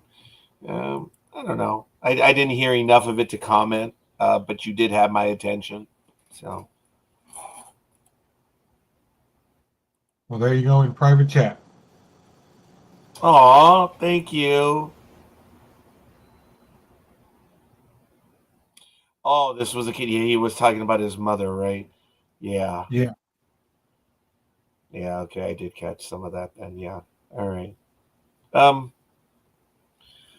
Yeah, young man, I can only imagine what it's like. I have not lost my mother yet, but I mean, I haven't spoken to my mother in years because when I go see her, she's frightened of me.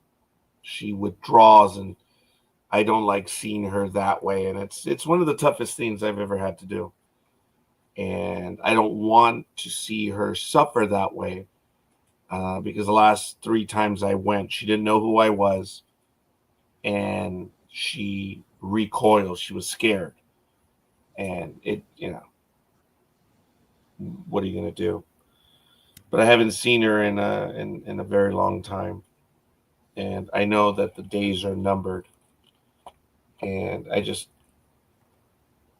when you go and when you see her and she's scared of you, it's like you don't want to put her through it. So I guess the reason why I'm sharing that is even though I haven't lost my mother, I I don't know. You know,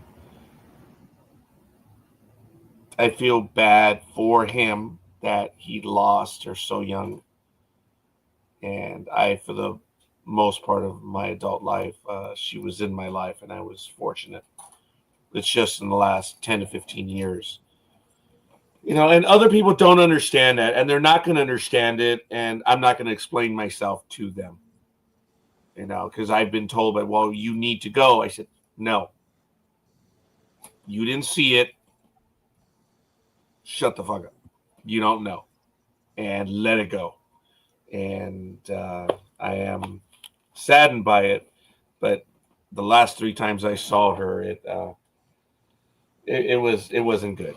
So I just don't want her to be scared of me. So I'm glad that this young man is still inspired by the memory of his mother, and it's what drives us. Don't get me wrong. I think of her daily. I think of her often, but when you see the individual suffering, it's just very difficult. So anyway, I digress. I'm inspired that he is inspired by the memory of his mother. So, folks, at 7:46 a.m., we did get a bit of a late start. As you can tell, the clocks are off by about 3 minutes. I do apologize. As you know, we did have technical difficulty. I don't even know if we're on LinkedIn or not, even though it shows that we are. It was not giving me the ability to start the program because it doesn't let you start within 15 minutes. The episode was programmed more than 30 minutes in advance. But again, when a digital thing tells you you can't do something, what are you going to do, right? You just got to go around it. So while I'm on air, have to search for my pharmaceuticals right now. And I'm taking 4 on a regular basis. I don't think I've ever talked about what I take. Right now, so I've had to cut the lawn. It's very difficult. I'm taking allergy relief meds. But I can take it off the shelf. It's loratadine. You guys know that. And it works for me. I've had to mow the lawn. Ugh, I haven't done that in like forever. But I don't want to pay for a gardener. So and right out here in the summer, I don't have to mow the lawn all that often anyway.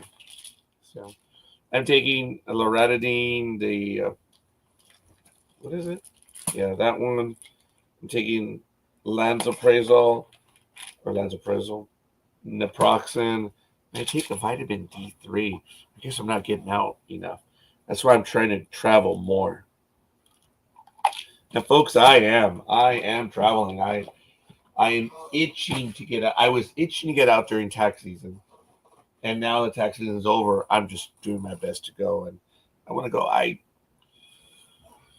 don't know. I think I might just get in my car today. Oh, no. We're going to a baseball game with my older sister tonight. We're going to go to the 66ers again. Yeah, dude. I've been to 2 games this week already, and I'm going to a 3rd today. So wait, you went yesterday, you're going today. Where was the 3rd one? Tuesday. Ah, Tuesday. $2 Tuesday at the 66ers. All right. So, next, let's see. I've already got some games scheduled. Let's see. Let's see. Here we go. I already have the tickets on the Major League Baseball app. So let me see. I'm going August 2nd with my daughter, White Sox Angels. And then on September 13th, we're going to Petco Park in San Diego. We're going to Rockies and Padres. So it's a Saturday night. Looking forward to that. And I got to admit, I used to buy tickets from the Major League Baseball site, and you get screwed with the fees. Well, the team salespeople, and I have an agent from the Angels that calls, or I can call him, and they'll sell me the tickets without the service charge. I'm like, that is awesome. And I can get almost any ticket that I want. But now I've tried StubHub, SeatGeek, and Game Time. I don't know about Game Time, but StubHub and SeatGeek had really inexpensive tickets, like where we went. I've been wanting to go to this part of Angel Stadium forever. Let's see if I can get an image of it. It used to be called the Knot Hole Club. And it's just really cool because you've got like park benches and tables. And then you have the facing field where you have like a table in front of you. And it is really cool, man. And I've always wanted to sit there. And let's see if there's some imagery where I can show you what I'm talking about. Okay. You know what? This one might work. Let me see. Yeah, you know what? It probably won't. But the image is very small. Here it is. It's right over here. There's these three sections right here. I know you can, well, you probably can't tell, but can I magnify the image? Yes, I can. Okay, now it becomes blurry though. But it's Yeah. right here. And I sat right there, my daughter and I. And you've got a table in front of you, and you get free water, cold water right there, but there's a bar in here and a restaurant, and they'll serve you food. But I've always wanted to sit there, and finally, for the first time ever, I had a chance to sit there. And I was really happy. I liked the seats. Even though we had the foul pole kind of in the way, it would block out this area right here for us. But it was all right. We enjoyed them. I asked my daughter if she would want to go again right there, and she said yes. So I don't know. And I got the tickets for like $24. They're normally a lot more expensive than that. So I'll see if I can find the one where it shows the view from those seats, which was really kind of neat. But I've always wanted to sit there, and I finally sat there. I was really happy about it. That was cool. Yeah, sorry, Speedy. Yeah, I'm actually looking at the Giant upcoming game. Yeah. I might do the July 11th game. That's when they play. Nah, I'm going to do July 11th at Anaheim also. We're doing July 11th and July 25th as well. Oh, no, wait. I may not do July 25th because I might be in San Diego that weekend. So, no. Oh, I forgot. Wait. One of those games, I'm going to a minor league game. Ooh, which one is it? I know it's on calendar. I think it is. I don't have it. Oh, oops. It's a minor league team. I've already been invited to go, and they're giving out the free caps. So that's where we're going tonight, to the 66ers, because they're giving out free jerseys, I believe. But it's only 1,200 to the first 1,200, so you got to be there a bit early. Otherwise, you won't get a jersey.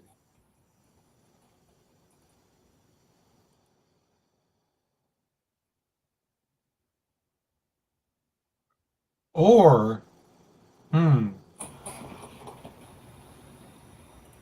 Maybe I'll go to the July 29th game because then the single game tickets are starting at $15. That's when they play the Pirates. Yeah.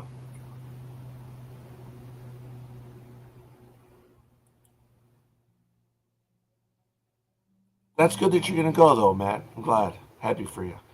I enjoy going myself.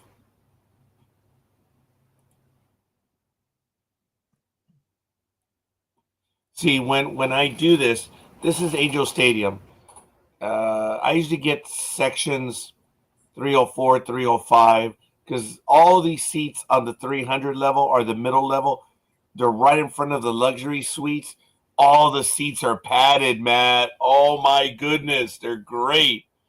I love them. But I finally sat over here, and we were in this section 350, and we were right there, 350 A and B. And I believe if you click on it, oh no, they're sold out. Wait.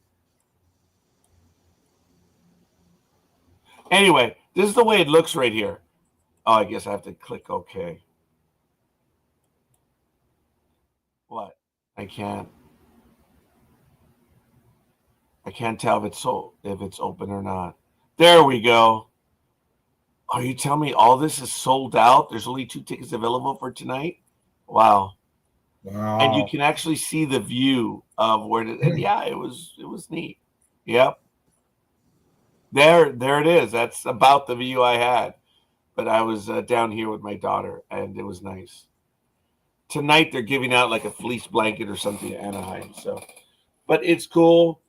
They had water right there in that little section. You could just walk up and get water. It was cold. And it's a bar and a restaurant in here. And you Wow. click on the app and they'll bring you drinks or uh, food, whatever. But I've always wanted to sit there. And I finally had a chance to do so. And it was like, good. I would go there again. Yep. Looks like they're the only ones that are open for tonight's game. That's crazy. It's called the Brewery X seats, and it's cool. Whoops. No, no, no, no. We're not doing that. Usually, Matt, I get these seats. But on the August game, we're going to be, I think, somewhere around here on the terrace section. But I usually get these seats in 304, 305. Like I said, they're nice. They're padded. When you're old, it feels a lot better.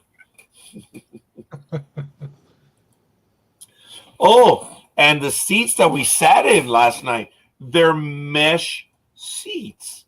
So it was great. And you had room in front of you. The 2 seats were together. There was room behind us to our sides. Oh, man, it was great. I forget how much I paid for those. But normally, Matt, those seats that I was telling you go for what? $40. I paid $24 for them Wow. through either SeatGeek or whichever other one. That's my point. They were just cheaper that way. So I don't think I'm ever going to pay the tickets ever again through the stadium. I'm going to go through one of those apps. So kind of cool. That's what I would Yeah. humbly recommend people. Go ahead, Matt. Maybe I'll sit on the waterfront. Oh, yes. That would just watch the ball go over and be like, oh, well, somebody in the boat back there is going to get a free ball. In San Francisco, right? Yeah. Yeah. Hey, why don't you get a canoe, Matt, and be out there in McCovey Cove? Maybe. Maybe. I don't know how deep it is. I can't swim. I'll never do it. Hey, I can't swim either. I will drown. Both you and I are dead, though, Matt. So in Las Vegas, when I was there for the convention, I learned that, or I found out, I should say I didn't learn. I learned a lot at the convention. You can buy these cups for like Yeah, $9.99 or $10.99 at about 50 restaurants along the strip at the MGM properties and probably a few others where you get unlimited drinks. So I did get it after the second day and I saved because they're just so expensive, Matt. The drinks are like $9, man. And they're not that big. But this thing was either $9.99 or $10.99. Purchase this unlimited at those restaurants. So I'm like, oh, from lemonade to water to whatever. That was kind of cool. So I'm keeping it, but when I go back to Vegas, I will be taking it with me because it's free drinks. Nice. Oh man, that's nice cool water. Feels good. I think I might have just been a bit dehydrated. That's why I needed some water right now. I believe you can use that cup because it's your own cup. I think you can take it to 7-Eleven and fill it with whatever. Oh, probably. Yeah, you can get a refill there too. I do admit though, Speedy, I'm trying to avoid soda altogether. But on the hot day, just needing a drink, I did get that, and I'm glad I did because it's cheaper that way. But it is 8:01, ladies and gentlemen, on June 28th. We're almost at the halfway mark in the year. Maybe not necessarily. I don't know. We have to look at the days, but we're almost at least monthly wise. We're at the halfway mark in just a few days. Well, I've been watching some video game live streams on YouTube, and they're like all this week, everybody on different live streams were like, we're only 6 months away until, and I'm like, no, don't say it. And they're like, Christmas. I'm like, well, I do love Christmas, but 6 more months and the year will be over again. Yep. Dude, it's crazy. Look, I've said it. The year moves so much faster. When you get older, it just speeds up. Folks, sorry. I have news for all of you. And if you don't know this, everything speeds up as you get older. It just kind of sucks. But you know what's going to happen on Friday is that I haven't even been invited to. I don't even know. I don't even think we're doing anything for fireworks night. I haven't been invited to anything. I might get invited probably at the last minute for something tomorrow. We'll see. But I know what? Fireworks on Friday night. Oh, is she inviting you? There you go. No, I'm saying everybody that's going to go out, if you are going to go out, try and do something with your pet because they're not going to like that at all. Dude, when I walked out of the garage right now, or the office, I'm in studio headquarters. I walked out and I immediately got the aroma of the fireworks. That was crazy. I'm like, wow, they've been setting them off. You can feel it in the air. You can smell it. Obviously, it was. There've been a lot of fireworks lately, and I don't think they're legal in Pomona, but people are stupid. In Ontario, I think they have a great sign. I love it. It says fireworks 1,000 times no, and that's the fine, $1,000. Oh, sorry. Yeah, it is. It just speeds up. And that's why I'm trying to tell people that you've got to be in the here and now. They've got to enjoy the moment because it just gets bad. Oh, I apologize. Hi, Canela. I think she has an infection. She has trouble breathing. I can hear her. It's like she is struggling to breathe. Poor thing. And yep, I hear her again.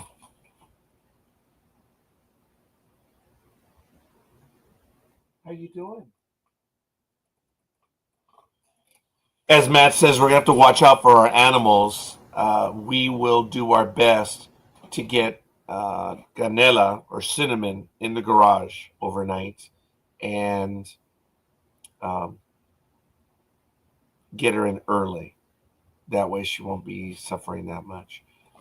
We are looking for several cat houses, not one but two, that we can leave outside, but also has the exit, the emergency exit. Because if you have, especially cats, if you have them in a house and they only have one way in and out, the coyotes or whatever will come and get them. There's no place for them to go. So it's summer. I have to clean up the garage. They're shitting their hair. It's like it's all over the place. Otherwise, they really don't do anything in here. And sometimes we might leave them a little too long in the morning, but for the most part, they're really good. Every now and then, I'll get attitude from Canela, where she'll come up to my desk and she'll do something on my desk, the little brat. But for the most part, she is really good at it. So. But yes, it's speeding up, man, and it's sucks. Well, as you know, the Orioles set a record by turning a 6-0 deficit into a 14-run win against Tampa Bay. As you know, this year no lead is safe, especially when the Orioles face the Tampa Bay Rays. Certainly not with 7 innings still left to play. On June 18th. Tampa Bay beat Baltimore 12-8 after the Orioles had taken an 8-0 lead in the top of the second. Then on Friday night, 9 days later, it was the Rays who opened the scoring with 6 runs in the second, only for Baltimore to storm back and rout Tampa Bay 22-8. That is crazy.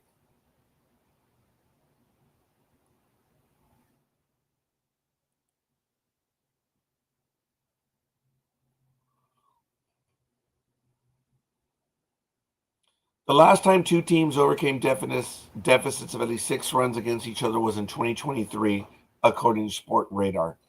Those two games also involved the Rays and happened in even closer proximity.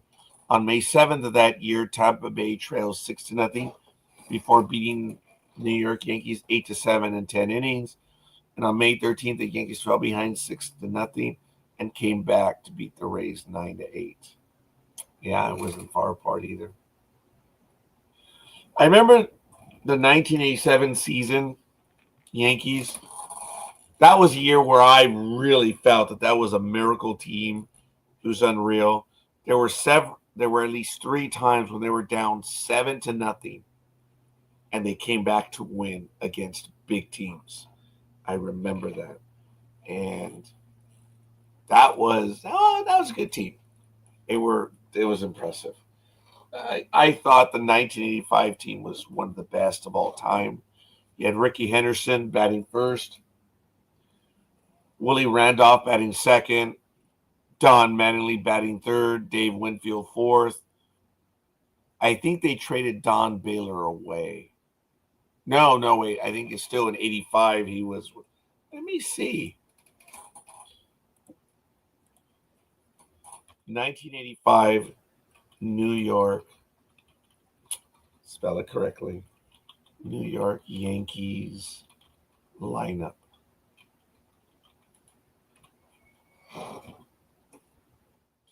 They had decent pitching. Ron Guidry was still on the team. Phil Niekro was there.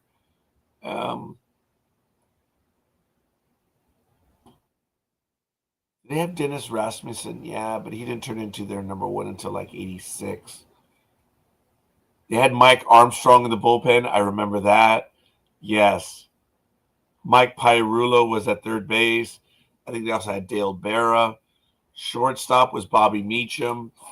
Catcher was Butch Weiniger and Ron Hosse. Yeah, Ron Hosse. He was awesome, man. And the outfield. The hell was in the outfield?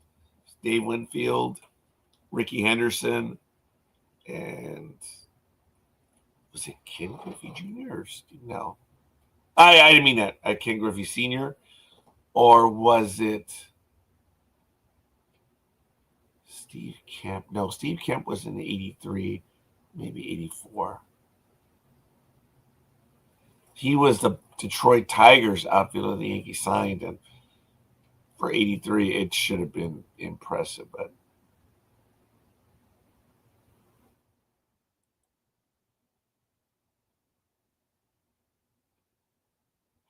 Yeah, I mean, this was.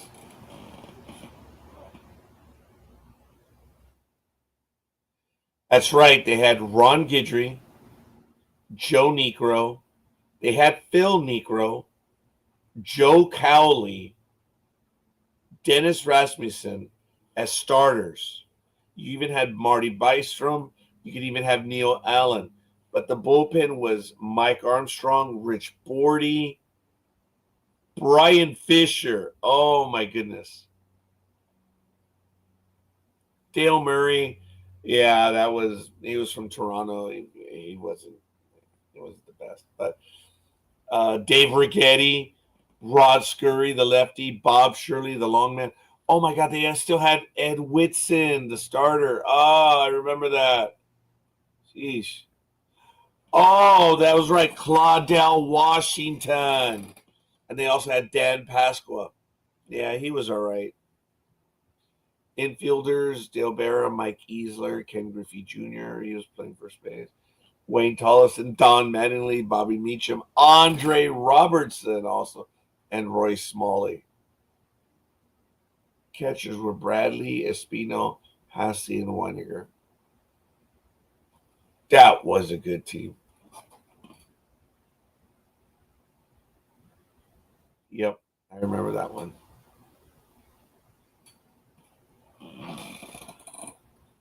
In that year, they won 97 games. Yep.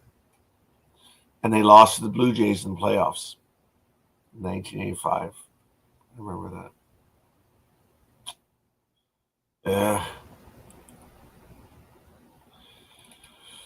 That was a good team. That was an exciting team.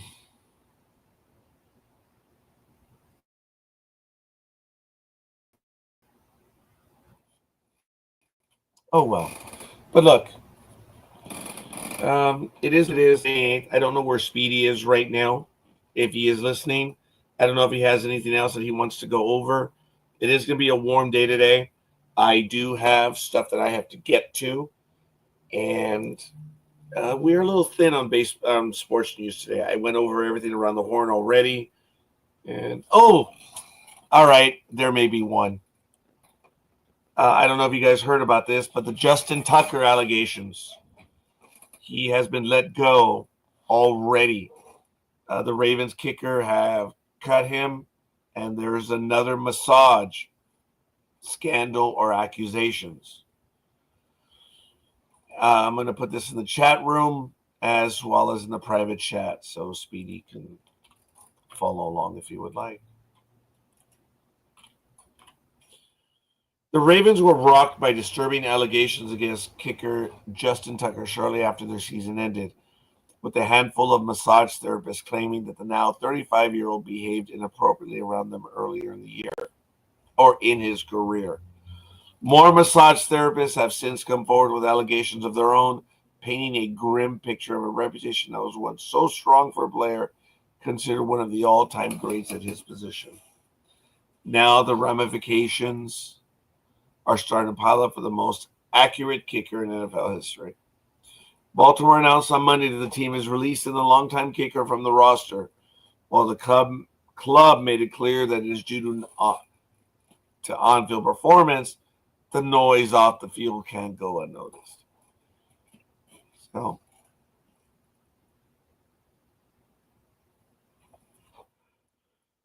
no matter what they say, it's a football decision why we got rid of him. There was a statement from Executive Vice President General Manager Eric DaCosta. It says, sometimes football decisions are incredibly difficult, and this is one of those instances. Considering our current roster, we've made the tough decision to release Justin Tucker. Justin created many significant and unforgettable moments in Ravens history. His reliability, focus, drive, resilience, and extraordinary talent made him one of the league's best kickers for over a decade. We are grateful for Justin's many contributions while playing for the Ravens. We sincerely wish him and his family the very best in the next chapter of their lives. Of course, the news comes less than 2 weeks after the Ravens drafted Tyler Loop out of Arizona in the 2025 draft. Of course, Tucker's regression in the 2024 eases the on-field blow for the Ravens, The 7-time Pro Bowler was a career worst 73.3% on-field goal attempts, including 3 misses from less than 50 yards for the first time since his rookie season. The veteran was 7-16 from at least 50 yards out over the last 2 seasons, and while he looked more confident toward the end of the 2024 season, speculation about his future was beginning to mount before any misconduct allegations were reported. Of course, 5 of the women said Tucker asked him to massage his pelvic region or inner thigh while he had an erection. Then they said he repeatedly wiggled his pelvis to remove the sheets, which fully or partially exposed his genitalia. 2 women said Tucker brushed them with his exposed member. 3 said when they returned to the tree room after Tucker left, they discovered evidence of him doing his business. When 7 more massage therapists came forward with allegations, the claims were strikingly similar. Tucker, quote, intentionally and repeatedly exposes his personal package and brushed some of the therapist's thighs with his fingers. He made intense eye contact, and that's what he does. So it's done. He's out. He's been released. Some of the therapists told Banner, or The Banner, which is a website, Tucker was banned from 2 spas. The Banner reported claimed Tucker and his lawyers strongly deny, along with the rest of the allegations. What do you mean strongly deny? It's either you deny it or strongly or you poorly. I mean, come on.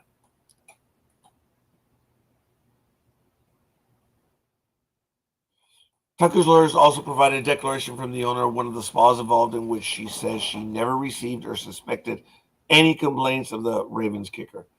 The therapists from that spa told the Banner that they never reported Tucker's misconduct out of fear they would lose their jobs. Criminal case cannot be brought against Tucker because the statute of limitations has expired, but the allegations instantly raised questions about his future with the Ravens or in the NFL at all. The NFL suspended Tucker for the first 10 games of the NFL season on June 26th. Tucker will serve the suspension even if he remains a free agent, and he would not be eligible for reinstatement until November 11th. He can still sign with the team before his suspension ends. Tucker's agent said in a statement after the suspension was handed down that he and his client were disappointed in the NFL's decision, maintaining innocence.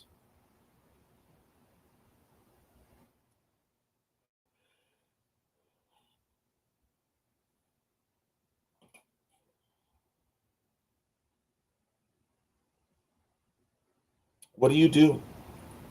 12 people have come out.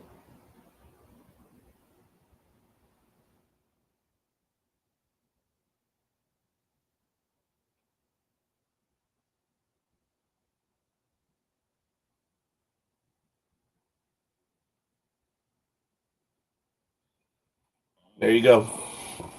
I was thinking a little bit. That dude is ballsy. I suppose he is. I actually closed my eyes for a little bit too long. I was thinking about it. I'm like, what are you going to do? So, folks, I do apologize. My neurologist told me to get massages. I don't want random people touching me. Yeah, I don't think I do either. Though, I will have to tell you that at New York, they have the massages right there. And you can have one just walking by. They have the chairs you can pull up, and you can have it done. So it's just a shame that these accusations have come in. But what are you going to do if they're true? 12 people came up to accuse him. So, Lethal, it looks like I'm going to be on tonight. I have 2 sad stories to share. So one of them, of course, being in Vegas. Wait a minute. No, 2 of them. One in Vegas. And one at the game last night. Damn it. I messed up. Again. So we'll see. But appreciate it, John. Thank you for the like, the love. But Speedy, do you have anything else? If not, dude, I am laboring. So No, I think we pretty much covered everything. I thank you, There Speedy, for was joining me. I there look was forward to seeing you on next week as well. yeah. Just And, real quick though, oh, I sure. was listening. I was listening to Sirius XM on Thursday. I was listening to one of the baseball channels, and they said, "Why isn't there a compromisation with baseball players blocking the home plate now?" I'm like, "Well, hasn't that been a thing for a while?" And the other guy on Sirius XM goes, "No, it had. You have to start.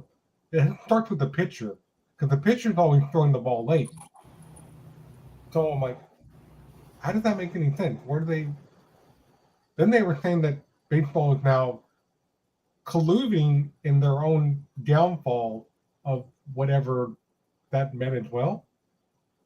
I don't know. I don't know. I remember the name of the show. I'm not sure if I was able to hear all of it, Speedy. I think we're going to have to work on the sound, but I want you to bring that next week and see if we can talk about that a little bit more. Okay. All right. Fair enough. Keep that in mind. And says Lethal Migraines, do you believe in miracles? Yes, yes, he does. So, folks, I want to thank you. I apologize. We are ending early today, but I want to thank Speedy for joining me, as well as everyone in the chat room. But if you're going to post something in the chat room, live up to it. And but I guess they don't. Did you see the NHL CBA extension? They made one of the dumbest things ever part of the CBA. No dress code anymore. Shouldn't that be just a team thing? Well, they do have a dress code. Other sports for particular events and things. So I don't know. I think there should be a dress code. You know. Now, should it be a team thing or not? What's the purpose of the dress code? And if some teams are going to follow and some are not, look, they released it. It's done. The NHL is dropping 2 preseason games and making the schedule 84 games. Oh, wow. Did not know that. There you go. I really did not know that. Okay. Cool. Lito, if you go to games, any hockey games, do you use any of the like StubHub, Game Time, or anything like that? I'm just curious because I've started to. And you see, I'm getting a little worried. I'm getting my error messages from my signal that the internet connection is not all that solid. So either way, I want to end this program on my terms before I end up losing it due to the signal. Just curious, Lito, if you do go to hockey games, how do you get your tickets? Other than that, Speedy, I want to thank you. Thank you, everyone, again. Folks, this is Sports Talk with the guys. Don't forget, be smart out there. Be good. And we'll see you guys next time, all right? Hasta. Bye-bye. Later. Tortuga.